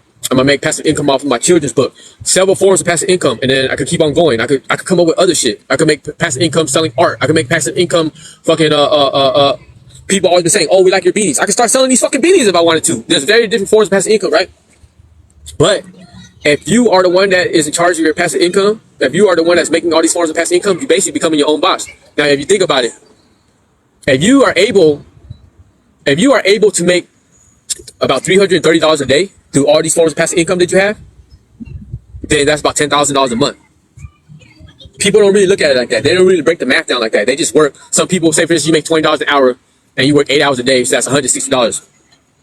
You work 8 hours a fucking day for $20 an hour and you made $160, right? And just say, for instance, you worked at for example, I worked at a bike shop. Say, for instance, you work at a bike shop, you make $20 an hour, 8 hours a day for $160 a day. You busted your ass all day, sweat, blood, and tears to fill up the pockets of somebody else, right? Now, say, for instance, I quit my job at the bike shop and stopped making $20 an hour and I go into selling merch. I sell a shirt for $25. I sell 10 of them in less than an hour. I make $250 because I'm my own boss. Now, just imagine that. The old Danny, we're gonna have two Dannys. The old Danny worked at a bike shop for 8 hours a day and made $20 an hour and made $160 a day. 8 hours, I made $160. $20 would be considered a good pay number, right? A lot of y'all probably only make $20 an hour. $20 would be considered good, right? No, that's what society wants you to think. So imagine working 8 hours a day for $160. when you could be your own boss, for example, and sell your own merch, sell 10 t-shirts in 1 hour and make $250 a day and kick it for the rest of the day. And you ain't even busting your ass. And if you do, you're busting your ass for yourself. You're getting tired, you're sweating and all that shit for yourself. So I'm trying to get y'all to see that for what it is. Now, maybe merch is not your thing, but you can find what is your thing. There's someone that fucking sells chicken eggs, bro. There's someone that keeps chickens and sells eggs out here in Independence. You saying? You probably be like, oh, why would I want to do something like that? Because it's a side hustle. It's passive income. It's better. It's something that's better than nothing. It's tax free. This person ain't paying no taxes to the government for selling his eggs. You get what I'm saying? But that's just one form of passive income. You could be very creative and find what fits you. Find your niche. I don't know what it is for everybody, but for everybody, there's something. You just gotta find it. And once you find one, find another. Find another. Okay, how small or how big these forms of passive income are, it don't matter. As long as you're getting your passive income, and as long as if you can get it tax free, you'll be good. Just think about that. Okay, and say for instance, in the beginning, you start off working. Okay, you got your 9 to 5. Just say for instance, you got your 9 to 5. That's one form of passive income. You're making $160 a day doing that, right? Now you need to try to come up with like 2 other forms of passive income to be able to pull in $330 a day. By the end of the month, you'll have $10,000, right? Then you can take that $10,000 and quit your job and take that $10,000 and push your passive forms of passive income even more, or start other forms of passive income. Now you become your own boss. And then now you got 3 forms of passive income. Next you know you got 4. Next you know you got 5. Next you know you got 6, and it goes on and on. And now you're your own boss. You're living your life. You're doing what the fuck you want to do. You're happy. Your family's happy. You're traveling. Whatever. So right here, you guys are witnessing it right here in front of your face. I'm trying to make all that happen right here in front of your face, in real life, in real time. I'm trying to get my merch cracking. I'm trying to get my children's book cracking. I got invention ideas I'm trying to get cracking, but all this is a process. I got to save money up to invest in my inventions. Once I invest in my inventions and they bubble, I can sell the whole entire invention. I can sell the patent, take the money and invest in other inventions and build them up and let them bubble and keep them or sell them. It goes on and on. But this is the thing, what I'm trying to get y'all to understand. Don't automatically assume that you have to live your life one way according to societal norms. Start thinking outside the box. Thank you, Lonnie, for the ice cream. Start thinking outside the box and start looking at shit differently. Push yourself to. Because if you constantly just stay narrow-minded and keep your mind closed into what they want you to think and how they want you to think, you will stay broke, you will stay poor, you will stay stressed out, and you will stay oppressed. You get what I'm saying? And if what I'm saying to you is making any sense, if you're picking up what I'm putting down, I'm happy for you, because a lot of y'all are going to listen to this shit and it's not going to make no sense to you at all. And the reason why it's not going to make no sense to a lot of y'all at all is because that's how deeply you've been brainwashed. That's how deeply societal norms got you stuck. And now they got you so stuck that you can't think any other way. You'd be like, oh, this fool's crazy. What the fuck you mean? I'll be damned if I quit my job and try to make it happen myself. Hell no, I can't be my own boss. That's what society wants you to think. And that's why the 1%, if you look at the 1%, what is the 1%? They're all their own bosses. You know what I'm saying? Just say, for instance, like Jay-Z. Yeah, he made it as a rapper, right? But now he's a businessman. He owns this business. He owns that business. He owns this clothes. He owns that fucking drink. He owns this. You know what I'm saying? And that's because he's his own boss. The 1%ers in America, every single one of these multimillionaires, billionaires, everyone that's balling right now, each and every one of them are their own bosses in many different ways. They invest. They own this. They own that. Yada, yada, yada. So all you have to do is basically build your shit up till you have a comfortable amount of money, right? Being your own boss and investing that money into other shit that will bring you money, that'll bring you money, that'll bring you money, that'll bring you money. And then you can sit back and relax and live your life and be happy. Look at me. I'm not even there yet, but I don't wake up every day and go to work. I wake up every day, do whatever the fuck I want to do. Y'all see me. I just got out of prison 1.5 years ago. I got out, I worked in construction. I worked as a door dasher. I worked at a bike shop. I worked at a bookstore. And that's it. I had 4 jobs since I've been out. And now I'm a content creator full time. Now, am I balling doing it? No, I'm not balling yet doing it, right? But if I keep on sticking with it, I will get there. You know what I'm saying? I mean, I got to a place in my life where I don't have to go to work every day. I wake up every day, do whatever the hell I want to do. I kick it with y'all. I go live, hang out with y'all. I go home, I eat, I kick it, I smoke, I go live, do whatever the hell I want to do. My only job that I do every day is editing videos, posting videos. This is part of my job, going live and hanging out with y'all. But other than that, life is good. And now I'm about to hit the road and travel and do all that shit too. And y'all probably sitting there like, how the fuck is this dude able to do this shit? This dude just got out of prison 1.5 years ago. Spent 3/4 of his life incarcerated. I'm 40 years old, y'all. I spent over 27.5 years incarcerated. Not counting the 4 months that I did at halfway house and not counting the year that I did on parole. And I'm out here doing whatever the fuck I want to do. Why? Because I seen the vision. I seen it, everything for what it is. And once you know better, you do better, right? Once you know you're getting played, you're like, fuck that. I ain't finna let these motherfuckers keep on playing me. I'll be damned. So once I woke up to everything and I realized and seen everything for what it is, I just been all gas, no brakes, heading towards one direction. And that one direction is to be my own boss, period. I will be my own boss, no matter what. I refuse to work for somebody else because whatever work I do, whatever blood, sweat, and tears that I shed, it will be for myself. It'll be to fatten my own pockets. It'll be to build up my own empire, not to build up the next man's. You feel what I'm saying? Not to knock anybody else that's a CEO or owner of their own company. More power to you. You got there to that place where you could do that. But I'm gonna get there too. You feel what I'm saying? I would rather be the one passing out the checks than collecting the checks. Okay, let me get to the chat because it's 99 plus and my battery's running low. Damn, my boy, I'm feeling you got me woke off the shit. You're an inspirational speaker. Thank you. Okay, let's go. Sierra. Okay, unfortunately, I gotta go. My mom is moving back to Cali tomorrow, so I have a lot of things to do. Thanks for going live. Okay, Sierra, have a blessed day. Fefe, you're in Monmouth? I went to college at Western. I did 3 years probation there. Yeah, I'm in Monmouth right now at the park. Western Oregon is just that way. The university. Hawaii girl said, at what age? So at what age you went to prison? My first term, I went to prison when I was 18 years old. I did 7 years. Got out when I was 20. I got locked up when I was 17. Went to prison when I was 18. Got out when I was 24. I did 7 years on my first term. I stayed out for 4.5 months and went back on my second term, which is right now. So I went back when I was 25 and did 14 years. So I got out when I was 39. Well, 38, almost 39. And that's how old I was when I went on my second term. Like my first time I went in when I was 18. My second term I went 25. Fefe said, is it still a dry town? We would have to go to Independence. I don't know what you mean by dry town. As far as what? Talking about dope? I don't fuck around, bro. Talking about alcohol? The only liquor store that I know of is in Independence. I mean, the store that sells liquor is in Independence. But I don't know what you mean. Alberta, a better April. The politics in or out is just too much, right? Shauna said, what happened to your tongue? It's split. I split it when I was in prison. A better April. You're so transparent with your viewers, letting us all get to know you. I believe that's what it's all about, being transparent and just being real. I think that's one of the greatest gifts that I have. You know what I'm saying? Because when you're transparent and you're honest and you're real and you're raw, it's inspiring to others because not everybody can be like that. A lot of people, they put on a persona. They put on a persona that they want society or the world to see them as. And really, I'm all about being who you are and rocking to the beat of your own drum and having people accept you the way that you are. It's not about me being accepted by others and shit like that. It's more about me saying either you accept me the way that I am or not. I ain't even tripping. And if you do, you do. If you don't, you don't. But I will always remain true and authentic to myself. You know what I mean? And I hope that others can do that too, because if you can be real, raw, and transparent about yourself, it's a freedom. It's a freedom that not a lot of other people get, because a lot of other people, like I said, they're going to act a certain way or be a certain way because of the pressure that they feel from their peers or society. Me, fuck that. You get on my level or not at all. You rock with me or not at all. I don't give a fuck. You know what I'm saying? Martine said, that's a lot of contact. That's a lot of content. Viness said, hey, how are you?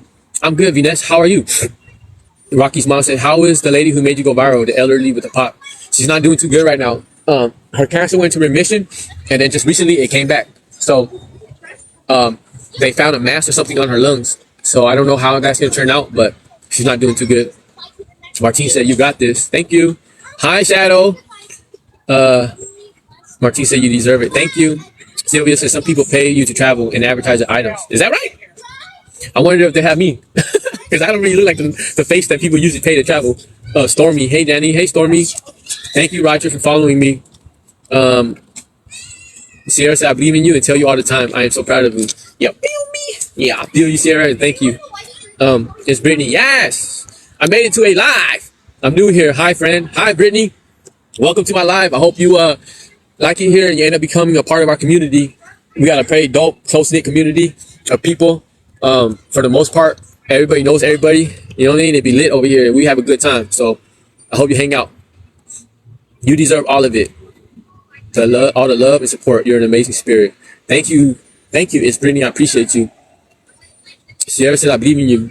Not because I want something in return. I believe in you because I see it in you. Thank you, Sierra. I know you don't want nothing in return, and that's not what it's about. But I want to be able to get to a place and bless y'all. Not because I feel like I owe y'all, no, but because I feel like you guys deserve to be happy too. You guys deserve to get a break. You guys deserve to, because society, the government's not going to take care of you. You get what I'm saying? The government's not going to give a fuck if you live or die, if you're homeless. Look at the fucking homeless situation. They got people out there in the streets, fucking homeless, starving in America. The government don't give a fuck. The government, they're gonna constantly try to get richer and richer while we get poorer and poorer. That's why our work, our pay numbers suck. That's why our welfare system sucks. Our medical, all that sucks. So I don't want us to ever feel like we could depend on the government, but we can't. But if I ever bubble and I ever make it, I would look out for you. I would take care of my people way better than the government ever will. The government got shit messed up, and that's the thing. If you think about it, all this fucking shit, all the money that's in the world, all the debt that's in the world, it don't even exist, y'all. You feel what I'm saying? All the money that's in the banks, it don't even exist, y'all. You feel what I'm saying? It's all computerized. It's all fake. It's all in the computer. It's all fucking in accounts on screen. Like you could literally have $100,000 in your bank account right now, right? And you go to the bank and be like, I want to cash out this whole 100 racks. I want all my money. The bank ain't even gonna give you your money. Why? Because it's fictitious money. They'll probably give you maybe 10,000, and you're gonna have to wait. You're gonna have to wait like 3 fucking days, a week to get that shit. You get what I'm saying? But there's no cash. All that shit is fake. Everything is just computerized. You feel me? If you get a loan, say for instance, you get a bank loan to go get you a house, and the bank loans you $50,000. That shit ain't paper, cash money. No, it's all computerized. It's all automated. It's all behind it in the screen, right? And that $50,000 is just numbers that they punch in and send. It's not even fucking real money. It's not even there. You feel what I'm saying? It's all computerized. America's in a crazy ass debt right now. There ain't no fucking money. There was a time when the American dollar is backed up by gold. You feel me? And then at one point along the way, America said, fuck that. We're not going to back up our money with gold anymore. We're just going to fucking start printing out paper. This shit is crazy, bro. And that's the thing. Why the fuck is there poor people and people going through all this shit in this society where this money ain't even fucking real? That's the crazy part. But that's how fucked up they got us. Like, we don't even see that shit. Okay. Sylvia said, do you have a beautiful spirit? Don't ever give it up. Keep going. Keep the love growing. Oh, you have it. Thank you, Sylvia. Ray's dad. The sky is the limit, bro. Keep being you and keep doing you. Thank you. Okay, hold up. Let me go grab my phone charger. My phone is dying. I'm gonna grab my phone charger. My phone is dying.